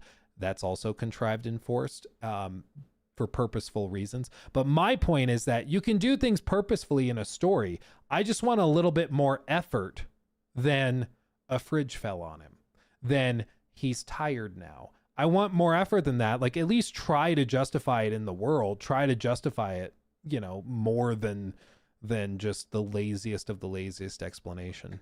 At the same time. And this comes up in the game's very introduction. When fighting Sandman, Peter falls into some sand and has technically lost. He is saved by Miles, and without Miles, would have presumably suffocated. However, later in the fight, they win because Peter devises a plan using Miles' electricity, so he technically wins there, as without him, Miles would have lost. Again, in both cases, these scenes are written to highlight the benefit of having two heroes. In these niche cases, we will count it as both a win and a loss and keep it neutral. The next time we see Peter lose is at the amusement park, where he nearly fails to save a roller coaster of civilians before Harry shows up to save the day. Peter has lifted much heavier, so again, this is done to make Harry's entrance more dramatic. The next scene is one I'm conflicted on, and of course, it's where Peter is stabbed. Peter needs to lose to Kraven so the narrative that he needs the suit can continue, but in this case, it would have been nice to see him put up more of a fight. I want to leave the scene neutral, because I don't think he was nerfed in this scene, but less so hardly allowed to participate. Similar sentiment to the church scene. Sure, Kraven does initially get one over by ringing the bell, but Peter does destroy it, so if there was to be a fight, Kraven would have likely gotten his shit rocked. Regardless, not counting it as a victory and leaving it neutral. The next time we see Peter lose is when we lose the symbiote suit. Once he has the suit, he goes on a tear through the rogues gallery and doesn't lose, but he does lose to Miles. I love this scene and I love this fight, but again, Kraven is the strongest villain the two have faced, and Peter needed the symbiote to win, and Miles just beat the symbiote, so what does that imply? Either way, Peter is ultimately the one to take the suit off, and it's a justified loss, so let's put a pin in that for now because Peter loses once again against Venom. He's thrown through a wall and is knocked out for the entire night. I consider this, even if it is a minor infraction, an unjustified loss, and Again, it's just so lazy. It's like, he's tired now. He's sleepy.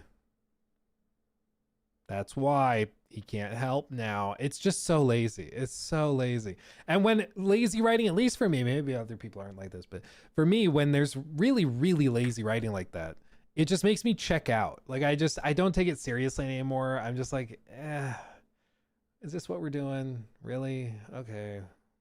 Sure. Like, I mentally check out. It's done so we can have the coolest level in the game. I wish the game justified it by claiming that after taking off the suit, the fatigue caught up with him all at once, but we don't really get that, so unjustified. Now we arrive at the main attraction, the fridge scene. Oh man, where do we begin? Okay, so I understand that a fridge is deceptively heavy, easily around 300 pounds, but I think the problem with this scene is that Peter is wholly off his game, and let's break it down. For starters, I don't think it was irrational for MJ to jump in front of Peter. She loves him, but it does come across as her having faster reaction time. I'm sorry. I'm sorry. Just the face. The face. It's so scary. I do think this is a good point though that he's bringing up. The fact that MJ jumped in front of him suggests that she has faster reaction times than Spider-Man, who has famously amazingly fast reaction times. So even if she did jump in front of him, I think he would have the reaction time to move her out of the way to not let her take a slam from a giant alien. To make sure that she didn't take the slam of a giant alien creature straight to the dome. But like, what are we doing? Like, again, it's just very, very, very contrived and stupid.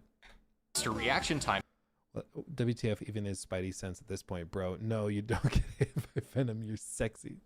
Than him. Then, Peter's head hit the fridge, then the floor, then the fridge again, and I'll admit, that's brutal. Worse, however, is Peter then gets up when MJ is taken and stares at Venom while she is literally being suffocated by the symbiote. Listen to this! Don't. All he says is, don't. Like, bro, fucking do something! What are you— Yeah, it's pretty stupid. you saying?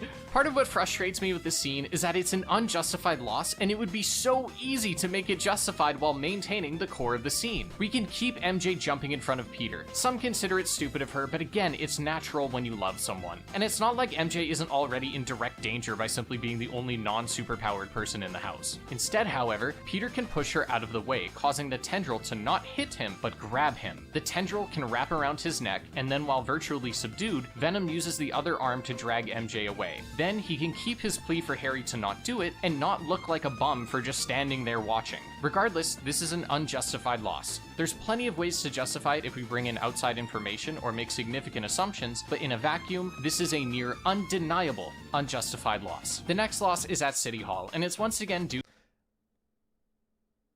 And this is what's always so amazing to me, is that YouTubers are able to, off the dome, come up with objectively better ways of constructing these scenes such that they don't have these massive plot holes.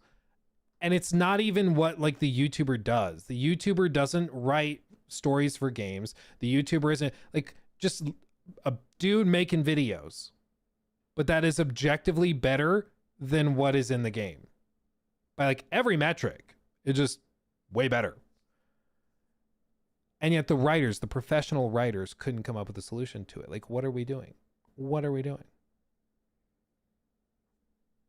And I have to conclude that the writers are either they didn't see this as a problem, they thought it was badass, or God forbid, they thought that this was like the badass version.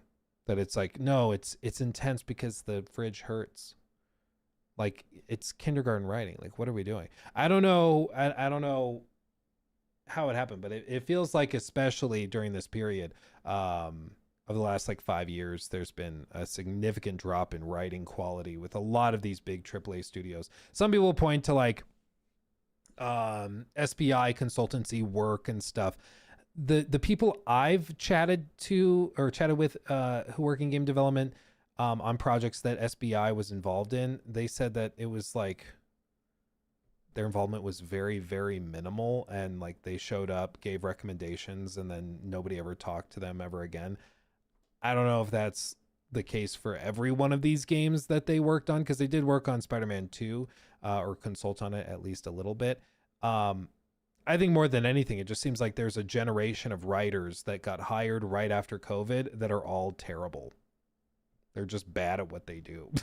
Like, I don't know how else to conclude it. Like, even if you're like, well, SBI was involved and they made recommendations that were terrible, it's still the writer's fault for taking their advice. Like, if you come in and you say, hey, we're going to redo The Last of Us Part 3, Joel is going to come back as a zombie, but he's going to come back as a zombie and it's going to be an allegory for Jesus. So he's going to come back as like raised from the dead, but then he's going to lead an army of enlightened infected, and they're going to retake the world, and he's going to create a tribulation. Like, you start describing this stuff and it's just insane.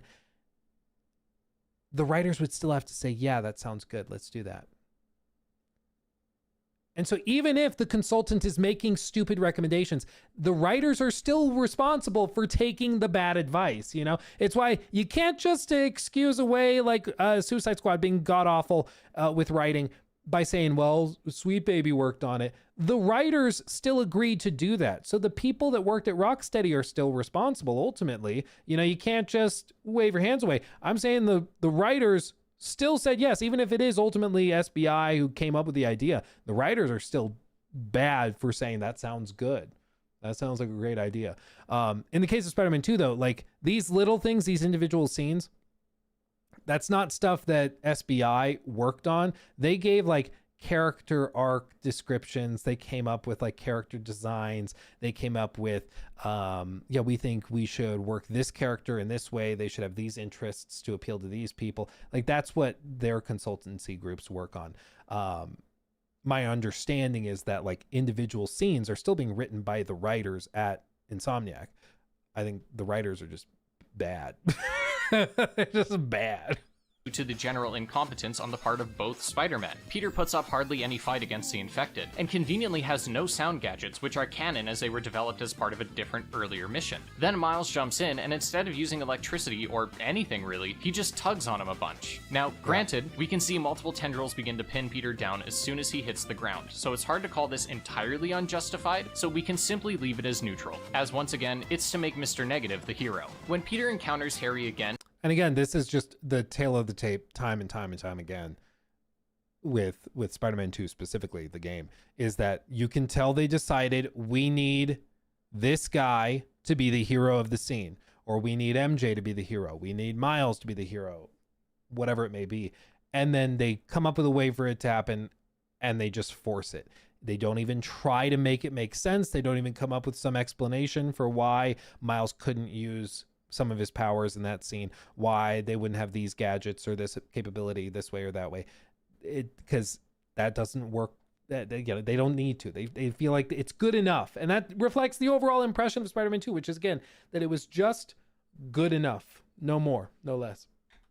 He, despite having anti-venom, hardly puts up a fight against Harry. Perhaps this is because he is clearly still conflicted over having to fight his friend, but the entire plan of entering his base and basically forcing himself to be saved by Miles was completely foolish, and seemed a contrivance so Peter knows where the meteorite is. Unjustified loss. Finally, Peter in his final encounter has the effects of anti-venom change moment to moment. Now, this makes some sense from a writing perspective because anti-venom is the most blatant plot device ever, but especially in the case of when Venom defeats him after his second phase, he hardly resists him. What could he do to escape? Maybe the thing he did not even a minute ago when he was in the exact same situation. Again, this could easily be changed to have Venom stop the fight midway because he senses that the meteorite is gone, and Peter can struggle to keep up with him because he just flies away. Unjustified loss. Also, we know anti-venom is strong enough to do this, so it feels like the capabilities of anti-venom are all over the place. Our final total is 7 unjustified losses and 2 justified losses. That is significantly more than the first game. However, I don't think this is the whole picture, because if it was, we'd see similar complaints to a smaller extent with the first game, but we don't. In order to determine another aspect of how Spider-Man feels nerfed, we can shift away from the narrative and look at the actual gameplay, because a significant amount of time is spent as Peter, even when we have Miles alongside us, but significantly less time is spent as Spider-Man. The following argument is going to require quite the helping of salt, because when we factor in numbers for gameplay, we run into the issue of variability. What if my playthrough looked a little different than yours, and what if I spent more time on X than Y? So consider these rough estimates, and as you'll see, the grain of salt won't affect the outcome very much. The way we are going to evaluate a playthrough is by how much time is spent as Spider-Man and how much time is spent as Peter or another character that isn't Spider-Man. In the first game, we can see my 8-hour and 25-minute playthrough. We have 5 hours and 38 minutes under the mask, and the rest, 2 hours and 38 minutes, is spent as a normal human. That means 65% of the game is spent as Spider-Man. Let's compare this to Spider-Man 2. For this game, we'll be counting gameplay as Miles as non-Spider-Man gameplay, because a lot of the sentiment that Peter was nerfed is heightened by people feeling like Miles was forced down their throat. Yeah, and that's why I've also said that it does a disservice to Miles by doing it, where it's like you could have given him his own game, a spin-off game, whatever. Like you could have done your own thing there, but instead you try to cram all of it together. And like, if you really believe that MJ is just as badass as Spider-Man, why is there not an MJ game? It's because you know it wouldn't sell. It's because you know nobody would be interested in that because she's not as cool as Spider-Man. Like, this is not rocket science, okay? Maybe that's problematic of me to say, but MJ is not as cool or fun or interesting as Spider-Man. That's why it's called Spider-Man and not MJ and the Adventures of Spider-Man. It's Spider-Man, okay? And whenever you start to try to cram all of this together, it just waters down the overall experience for everything, you know? I agree you shouldn't discount Miles. My point is that by making Miles like the I mean, you know what another good example is? Another good example? It's like AC Odyssey or AC Syndicate, to use those as examples, where the original vision was for Cassandra to be the only protagonist in AC Odyssey. And then it was, I forget his name, the one of the executives at Ubisoft. He was eventually fired and literally found guilty in a court of law for psychological abuse. It's like a whole thing. But that guy said, no, women don't sell, which is a wild thing to say. And he forced them to put in a dual protagonist thing of Alexios and Cassandra, and then they weave them into the story, so you run into the other one. If you choose one or the other, you eventually run into everything. And I think it pretty clearly did a disservice to Cassandra to have a secondary protagonist that wasn't needed, and it did a disservice to Alexios as well, because now he didn't get the same attention he would have gotten otherwise as a protagonist, because he was playing second fiddle to what was the real protagonist. It didn't actually help at the end of the day either character live up to their utmost potential. And in the case of Spider-Man and Miles Morales, as Spider-Man as well, doing like the dual protagonist thing, especially in the context of a video game where they share similar abilities, traversal, all of that, inevitably it just kind of waters down the experience for both characters. They end up just falling a bit more flat and not being as interesting as they would have otherwise been. I think if you had done Spider-Man 2 and it's a game focused on Peter Parker's Spider-Man, following the same storylines and everything as the first game, and then you give Miles Morales his own Spider-Man game, that distinguishes them, gives them the chance to be the center of their own stories, to have the entire game's arc focused on that character instead of trying to weave all this stuff together. That I think works way, way better than trying to cram it all into one package, you know, in my opinion. Also, a minor stipulation, I am considering the small segment where you go undercover in Kraven's house as a Spider-Man segment because it is directly tied to Spider-Man's goal and is meant to show off the Black Suit's capabilities. Here are what the numbers come out to. The entire story took me about 9 hours and 50 minutes. Of that time, 5 hours, just barely over half, was... Bear in mind, again, this is a $300 million game. $300 million for 9 hours, 50 minutes of gameplay time. Spent as Spider-Man. 1 hour and 10 minutes was spent as Peter, 30 minutes was spent as Mary Jane, a surprisingly small amount of time, and 2 hours and 50 minutes was spent as Miles. This means that 52%, or otherwise half of the game, is spent playing as someone who is not Peter Parker's Spider-Man. Now granted, I didn't include the Venom mission in the statistics because I don't really think anyone had a problem with it. In fact, despite the mission only being 15 minutes, it's probably still the highlight of the game. That is still an absurd number. I think it's interesting that despite the narrative otherwise, we actually spend far less time as non-powered humans in this game than we did in the first game. But I think that the fact that now when people think back to Spider-Man 2 and they think of the Mary Jane sequences and the walking around, riding a bicycle, you know, they think of those sequences. I think that that shows how significant those moments are. That they take up a disproportionate amount of like brain space and memory for the game, which is, I think, a big deal. Like when I think of The Witcher 3, I think, I'm genuinely interested in chat. Tell me, what do you think of? Like, what area of the map, what do you see in your mind, in your mind's eye? when you think of The Witcher 3, because I think of Skellige specifically. I think of exploring Skellige. I also have very clear and vivid memories of Toussaint and specifically the villa and spending a lot of time doing upgrades and that type of thing. But that's what I think of. When I think of Spider-Man 2, I think of the weird ketchup and mustard Venom lady that MJ becomes. And I think of like these sequences stealthing as MJ, which I don't think was the goal. You know, Bloody Baron. That's a good answer. Frankly, that's a good answer. Yeah. The brothel. How dare you, 53 Nights? Get out of here. How dare you? You sly dog. It's like, what do you think of when you think of GTA 5? The strip club. Instantly. Yep. Instantly. It's like, okay, that's sad. Okay. Anyway, continuing. But I think that that's true of a lot of games, though, is that there are certain moments that have disproportional impact on the player experience for positive and negative, right? You can have moments that are disproportionately awesome and people will remember those moments no matter what. Even if the rest of the game was kind of like, meh, that one moment was so badass that that's what they kind of think of. And in the case of something like Spider-Man 2, it's some bad moments are what people think of. Or Forspoken had a lot of cool combat moments, gameplay moments, as I mentioned earlier, but it's so overwhelmingly defined by cringy dialogue between the girl and the cuff and weird dialogue where she's talking to the judge after committing another, I think, robbery is what it was. And she's like, no, but I have a bright future. And I'm like, anybody who says they have a bright future, unironically, probably doesn't. Hate to be that guy. I have a bright future. If you have to say that, you probably don't. You know, but that's all anybody can think of now because it was so disproportionately awful that that's what people think of when they think of that game. Anyway, continuing. That's not exactly the point. Many people have issues with how much time is spent as Miles or MJ, and they aren't exactly wrong in those issues. Side note, just thought it was interesting, we spend a total of 1 hour and 45 minutes in the black suit. That is not good.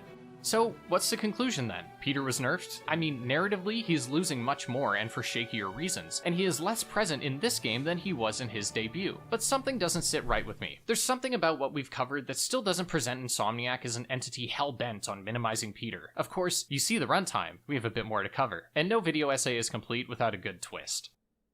What about now? It's time to rock with the biggity buck bumble. While I was taking my time going through the first 2 games, I figured why not do the same calculations for Miles and see where he stacks up. The Miles Morales game took about 4 hours and 22 minutes to complete, with about 53 of those minutes being outside of the mask, and 3.5 hours under. That means 83% of the game is under the mask, the highest density of Spider-Manning so far. More interesting, however, is how... And I really liked it. I think Miles Morales, especially as like a Christmas game, themed around winter, it's genuinely pretty good. And when Miles loses. Miles is a total newbie in this game, which makes a lot of his incompetence justified. Mostly. He loses to Finn after chasing her, and this is a weird loss because while he could melt her tools with his electricity, as showcased on the bridge, he might be hesitant because that's his friend. Then he justifiably loses to Rhino because he is ambushed, outnumbered, and he has new armor that negates his electricity powers. Then he loses to Finn again in the subway tunnel, though he's not really putting up a fight, instead trying to reason with her. And that's it. Miles doesn't lose often, and 2 out of the 3 times he does, you can make a reasonable argument that he wasn't even trying to win. Spider-Man 2 is a different story. Miles would have been eaten by Sandman, but is saved by Peter, much in the same way Peter saved him. Miles loses instantly to Scorpion, much in the same way that Peter did in the first game. You could say Miles fails to catch Lee in this scene, but it was a joint effort and Peter made the call to let him go, so I don't count this one. He loses when captured by the Hunters, and I think this is pretty justified. He loses when trying to save Peter in possibly the greatest display of incompetence, and finally, he loses to Venom, or would have lost if he wasn't saved by MJ. So he loses 5 times, and only once is it justified. He still loses less than Peter, but he doesn't have as much screen time. So what conclusions can we draw from this? Well, I'd say Insomniac didn't necessarily nerf Peter, they nerfed the writers.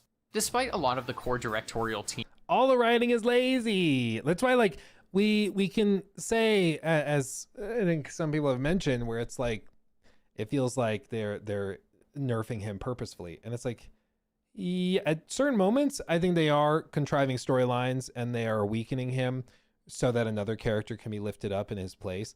I think that definitely does happen repeatedly across the board.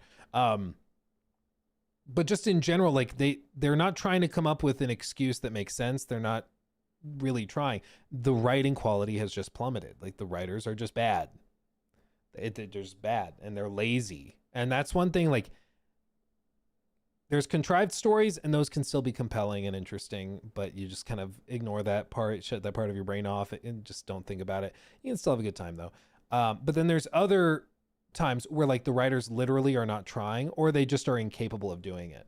And you know, you look at the writing in Starfield where it's like, it really feels like you guys are just not capable of writing a story that's compelling in this way. It's just all so bland and boring. Bland and boring is bad, but contrived and stupid is a whole other animal. I don't know which is worse, frankly. Remaining consistent across the 3 games, all 3 Spider-Man games have had mostly different writers. This is why the games vary so widely, not just in terms of writing quality, but writing quirks. However, there is one quirk that seems to permeate through a lot of the games, and that's the way they present power. Insomniac never makes a character powerful through giving them strength. Instead, they make the protagonist weak. That's why Miles' electricity can sometimes melt metal away when it's convenient and suddenly do nothing when it isn't. It's why Kraven kills half the Sinister Six off screen and why we see him kill Scorpion. It shows the player that he's a real threat, and when we want to make Venom look like a threat, he kills Kraven and makes Peter look like a bitch. It's not exclusive to Peter either. Scorpion is mogged, Vulture is deathmaxing off screen, and even Kraven is conveniently spared in his first encounter with Symbiote Peter. I think a lot of this comes down to the writing process where writers say, okay, we need Peter to be in X position so that Y can happen. But little consideration is given to if it makes sense for how the character gets in that spot. When it comes to why there is so much non-Spider-Man gameplay, I simply think it has to do with Brian Intihar as a director. Peter Parker is literally half the reason Spider-Man is so cool. And it started with the idea of Spider-Man and Peter Parker's world colliding. That was the start of everything. He's also said some really, really, really, really stupid stuff, like saying that MJ is just like, hold on, I want to get the quote right. Quote right, because it was so dumb that I was like, there's no way. Let me see if I can find it. Does anybody know the clip I'm talking about where he specifically is talking about MJ?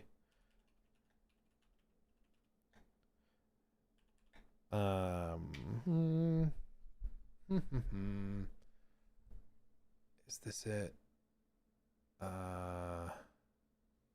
Hold on. What's making this game with a lot of heart, and we're going to do whatever it takes to give people the ultimate Spider-Man experience, the game that they've been waiting for. I don't know if this is it. And if she's a little OP, I don't give a shit. She's fine. I don't care. I wanted her. I felt like it would be taking the easy way out if we didn't make her play. To the point where I said, we're gonna do it. I don't care. We'll cut other stuff because. Is this nigga serious? Because I want to make sure that it's important to show her be a capable hero. That cuts off at the end, but yeah, he literally said, I don't care, we're gonna do it, we'll cut other stuff in a game that most people feel was lacking other stuff, and he's cutting stuff and changing stuff just to have MJ show up as a capable hero, when I'm sorry, she's in a game with 2 different Spider-Man. Like, she's in a game with Spider-Man and Spider-Man Miles Morales. Like, she's in a game with 2 different Spider-Men. She is not a capable hero on paper. Like, maybe that makes me a bad person, but like, I'm sorry, can she climb a wall? Can she shoot webs? Can she lift a refrigerator? Okay, so she's not, I get it, it's not all about strength, and what he'd probably say is, no, it's because you can be a hero even if you don't have superpowers. Okay, cool, but it's a Spider-Man game. Like, what are we doing? Okay, that makes me feel warm and fuzzy, that's great, but that's also very dumb. Okay, like, what are we doing?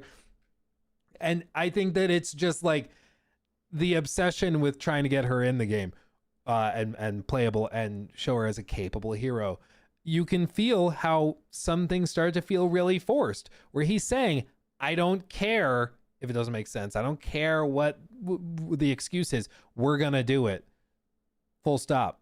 And you start to feel how it feels forced and it doesn't feel justified. And it's like comes out of nowhere and it comes from the top, you know, it's a broader directorial demand. Brian Intihar has always maintained that he wants to showcase that side of him, specifically because they are two sides of the same coin. This isn't a bad thing necessarily, but it is still at the core of the stories Intihar wants to tell. There's a particular interview clip that comes up a lot in these conversations where he says he will double down on the MJ missions. I could have just waited. The MJ missions, where do I begin? I heard all the feedback, and I will tell you, I felt like it was a cop-out if we didn't have them. Yeah.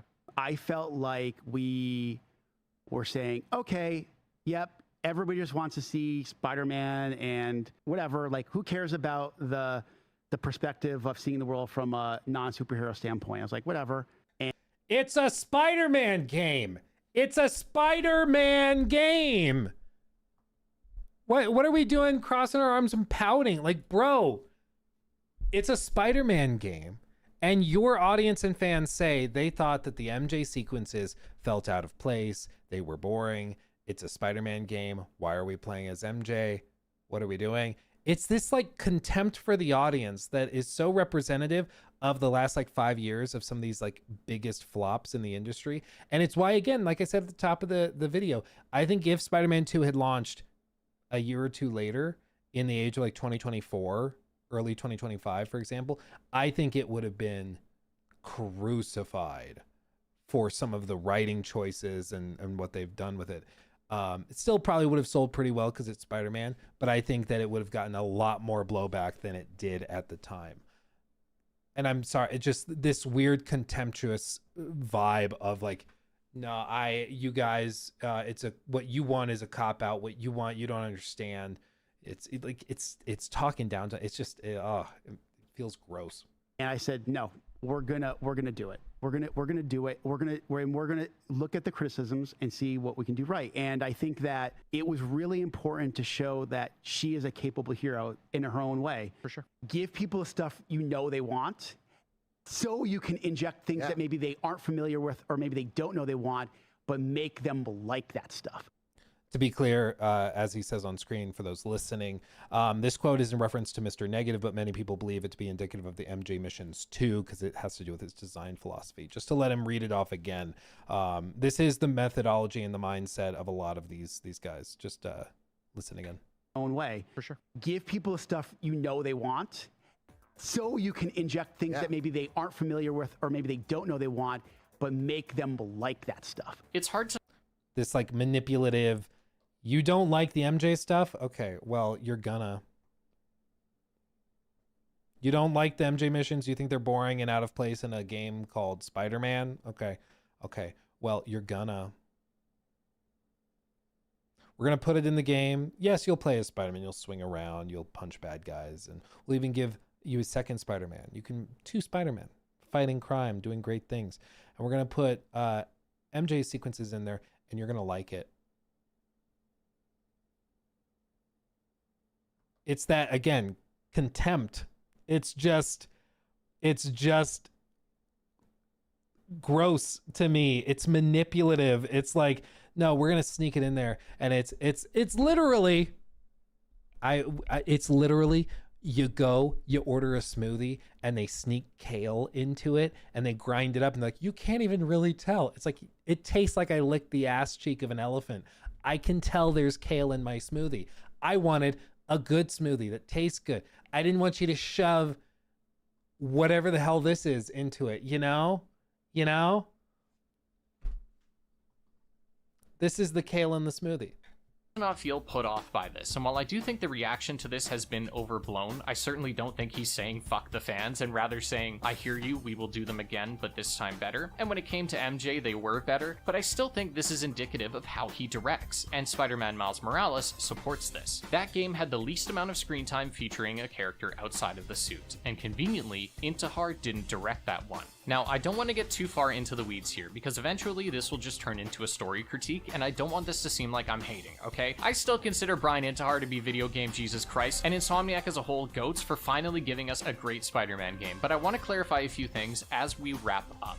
I don't believe Peter himself was maliciously nerfed. I don't think the people that do think that are wrong. In fact, all evidence points to them being somewhat right. But I personally, in my heart of hearts, don't get that impression. I know the discourse around these games can get heated at times, and I want to say that all of these games, especially Spider-Man 2, are flawed and are worthy of critiquing, but I still love them dearly. I play Spider-Man 2 a few times a week. I love just swinging around, enjoying the vibes, and poor writing or inconsistencies don't change that. While I now believe that Peter was in some ways nerfed, I don't think it was in service of Miles. Yes, Miles suffers from the writing issues less than Peter, especially in his own game, but I think we got here due to a combination of this being a primarily Peter-driven story, and Insomniac wanting to show how awesome it is to have two Spider-Men.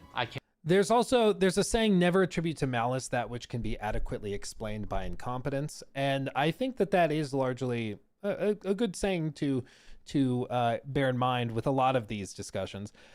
Because what is an easier explanation for like the fridge scene that Peter gets knocked down by a refrigerator and like lets MJ jump in front of him to take the blow of an alien?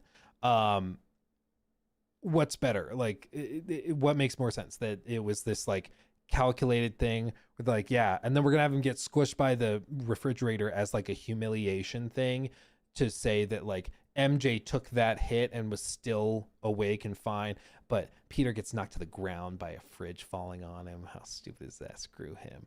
Like, I don't think that's it. I think they just like were lazy writers and were like, I don't know. She gets hit, he slams into the fridge and it like falls on him, and then he like throws it up and gets up and goes, don't. And then she shows up as Ketchup Alien, and I really think that's it. There's like no second pass on the story.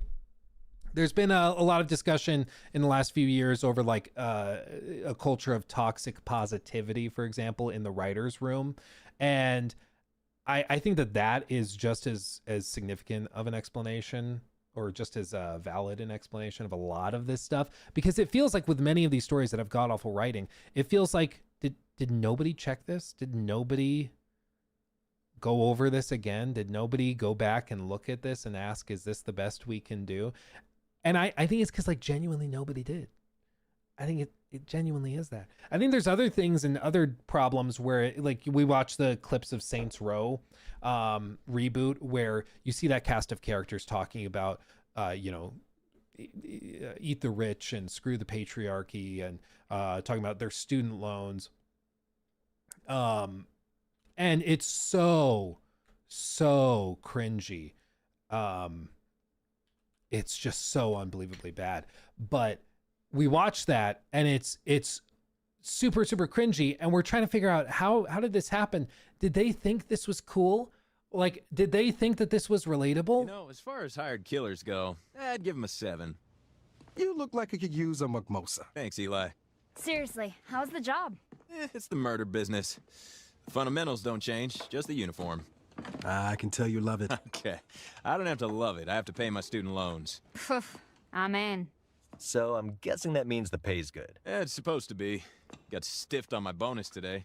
Dude, what the fuck? I played a little fast and loose on the job, and, well, my CO wasn't a fan. You gotta be kidding me. Swear to God, this lady walked right off the set of an 80s action.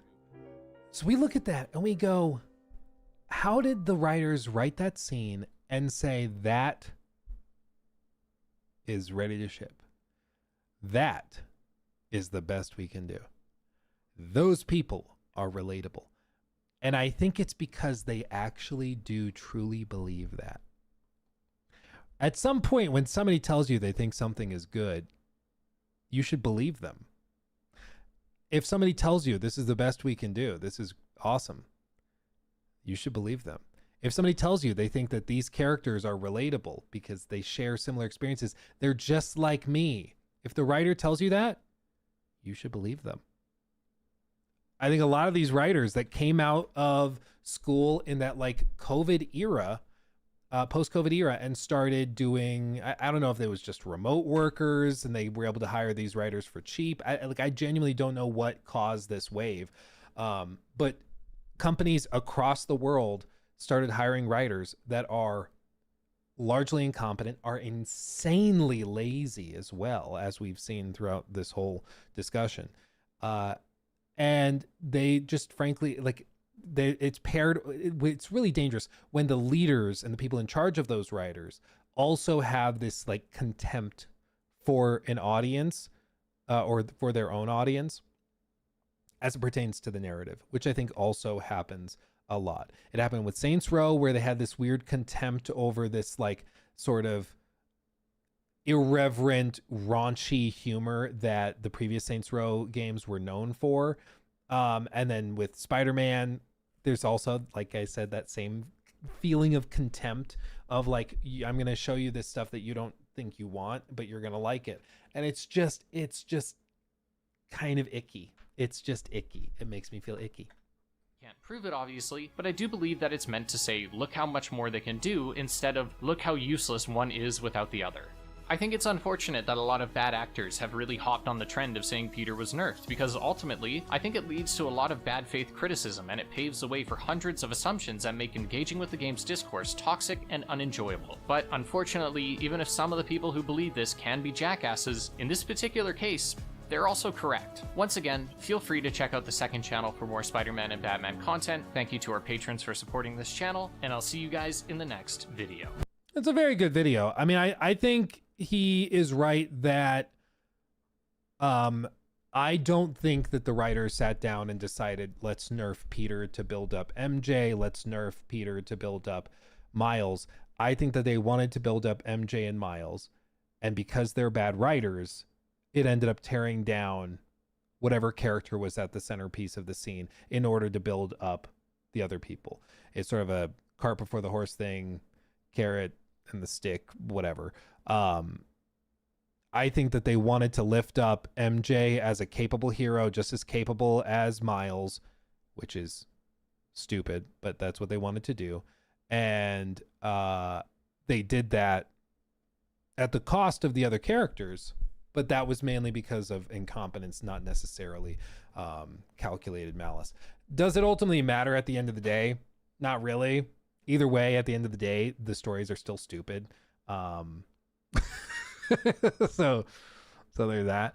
But I hope that they take the feedback from Spider-Man 2 and listen to it and can grow from it. It's just a matter of time before we see if they do. For Wolverine, I think that the tone is much, much different. So I'm more optimistic about that.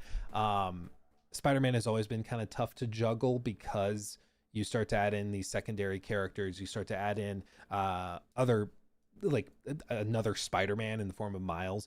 And that can also mean that you're juggling a lot. So I'm not sure how this plays out and how this will settle in the next game, but hopefully at least they listen to some of the feedback.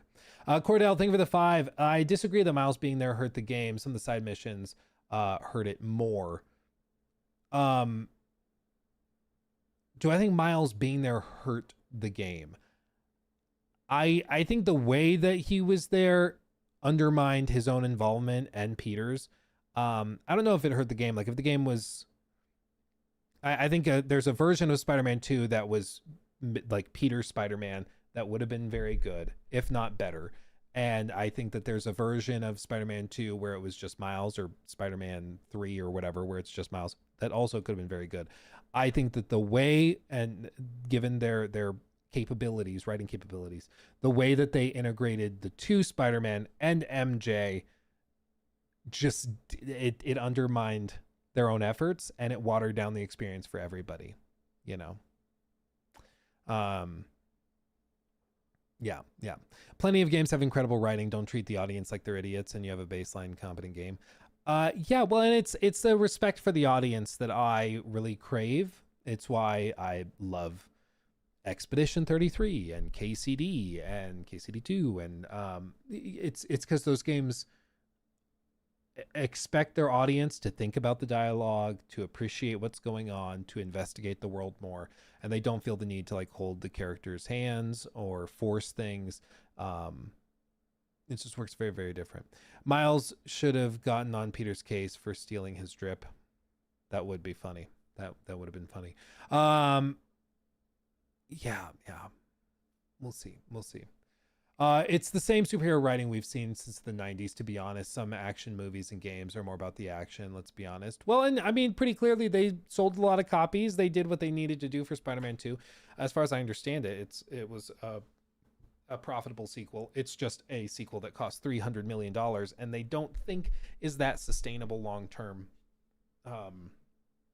Which I think is probably true. I think it's probably true that you can't do another $300 million game like this and have it find profitability. It probably doesn't work. But my understanding is that they made their money back on it. It's just they'd much rather do a $100 million game that makes 300 than a $300 million game that makes 300, you know? Let's see. Hammond, gotta say, if you expect Oscar writing in a game, that's a problem. Doesn't mean it should be bad, though.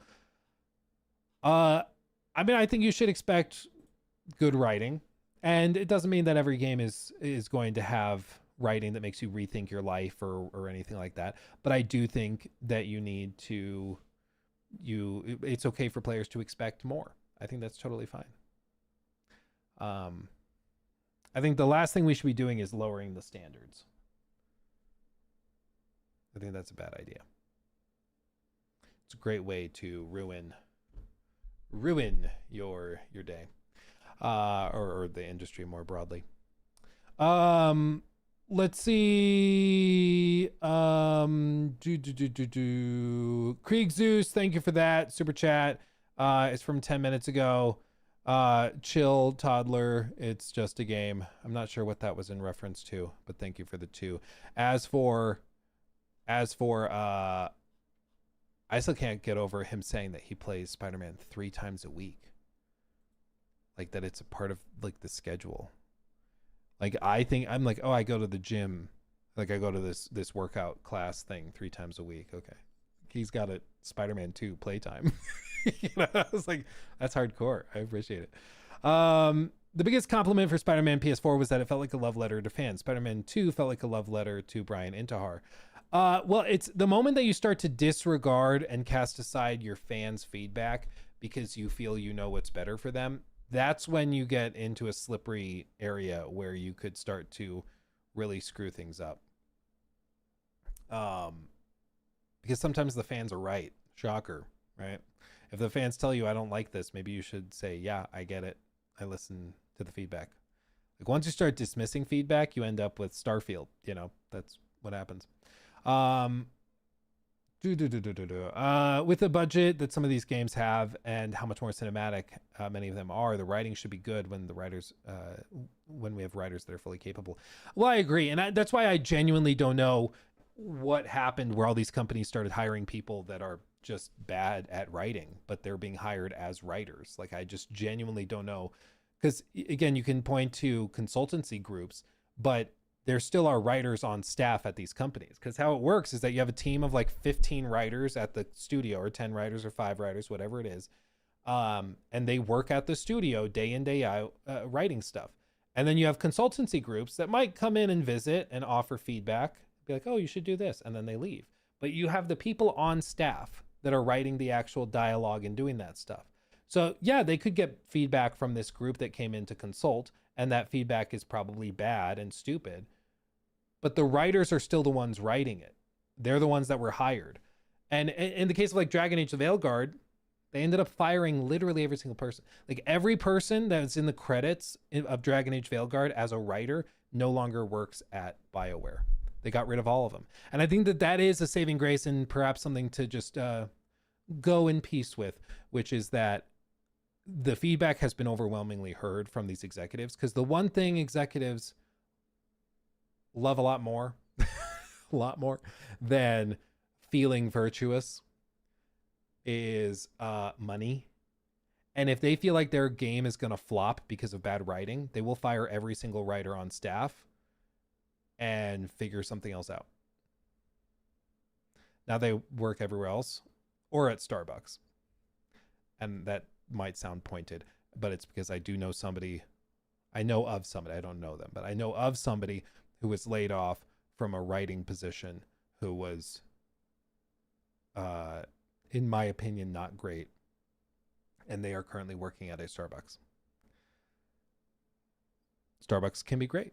Can be a great place to work. Don't get me wrong. But some of these people were literally booted out of the industry. Because once, like, imagine you worked as a writer on like Dragon Age and everybody knows the writing was the weakest part of that game. The writing is why that failed. The writing is this or that. Everybody knows the writing was the problem. And then you come in looking for a job and on your resume, you say writer for that game that failed because of the writing. Not many companies are going to want to hire you. Like some maybe will, but not a lot of them will. BGS will. They did hire one guy. But like, can you blame him? Like, it's the same thing. Like, you know, the director, sorry, this is a deep cut, but,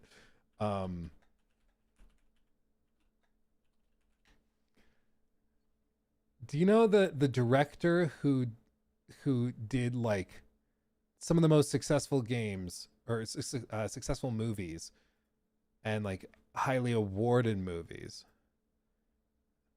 for a very long period of time? Okay. This is a guy that directed The King's Speech. He directed Les Miserables. He directed across the two of those won 4 Golden Globes, 11 BAFTAs, and 7 Oscars. He directed The Danish Girl, and then he did one other movie. Do you know what? Kato Mance guy knows it. I'm talking about Hooper, Tom Hooper. And he is a very, very accomplished director, but he made one oopsie. He made Cats. Cats, the musical movie, in 2019. And it was such a disaster. He's basically been completely shut out of the industry. Like retired, gone. Because if he needs to go to a studio and be like, hey, I want to make another movie. They're like, okay, what have you done? He can list off these good things. And he's like, yeah, and I made Cats. Do you think anybody's giving him money? No. So it's the same thing that happens in every creative field. If you have your name attached to something that was a disaster, not many companies are going to want to give you lots of money. Just how it works. They don't have a lot of confidence in you. And I think the same thing is happening with a lot of the people who wrote some of these big flops through the last 5 years, you know, because a lot of companies and executives are like, we do not want to have a flop on our hands because we decided to hire a writer who has contempt for the audience or this or that. Unless you're Disney. Oh, even Disney, it looks like Disney has actually done a lot of work in the background quietly, but they've laid off a ton of people who were in charge of some of these programs that people think led to the direction a lot of their shows and movies went. And for them, they'll be much more quiet and tactical with it. They won't broadcast it publicly for obvious reasons, but a lot of these companies are starting to try and make adjustments. Because again, the one thing the executives love a lot more than feeling virtuous and like good people fighting the good fight, the one thing they love a lot more than that is money. The one thing they hate more than feeling like a bad person who's not an ally, the thing they hate more than anything is losing money. They don't want to lose money. God forbid. Netflix, on the other hand, yeah, they'll do whatever the hell. They don't care. They have enough money that they're like, I don't care. Whatever. Oh, no. Whatever. It's fine. It's fine. Oh, anyway. Anyway, Disney literally fired Bob Chapek at the very public Elton John retirement show in front of all of his colleagues. Bob Chapek's era of Disney is something else, man. What's going to be interesting is who replaces Bob Iger, because Bob Iger was brought back out of retirement, and then he replaced Bob Chapek, and then he's apparently working on finding his replacement now for who's going to take his place after that, but who knows? Who knows? Tom Hooper's doing another movie on Rosalind Franklin, a full 7 years after Cats. Oh, so he did get one greenlit? Had to take like a half decade off. Jesus. Oh. Anyway. Let's see. Zeeks, thank you for the sub with Prime, by the way. Thank you, my friend. Are you thinking a writer's strike caused this, perhaps?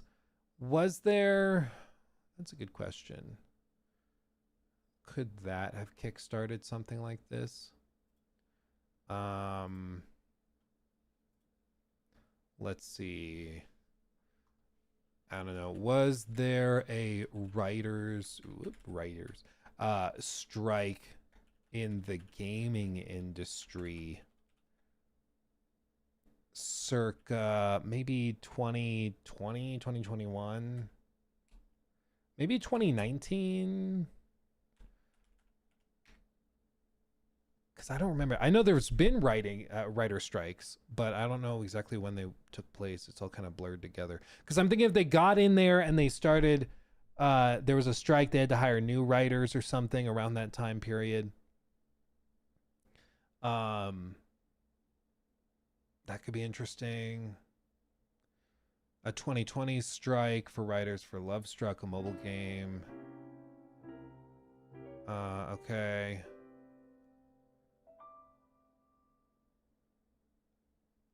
This is specifically a mobile visual novel romance game. Yeah. And then it says no other ones did. The launch of Code CWA in early 2020. Growing unionization efforts. Yeah, I don't know. There was one in 2023, but that would have been too late. I don't know. Let's see.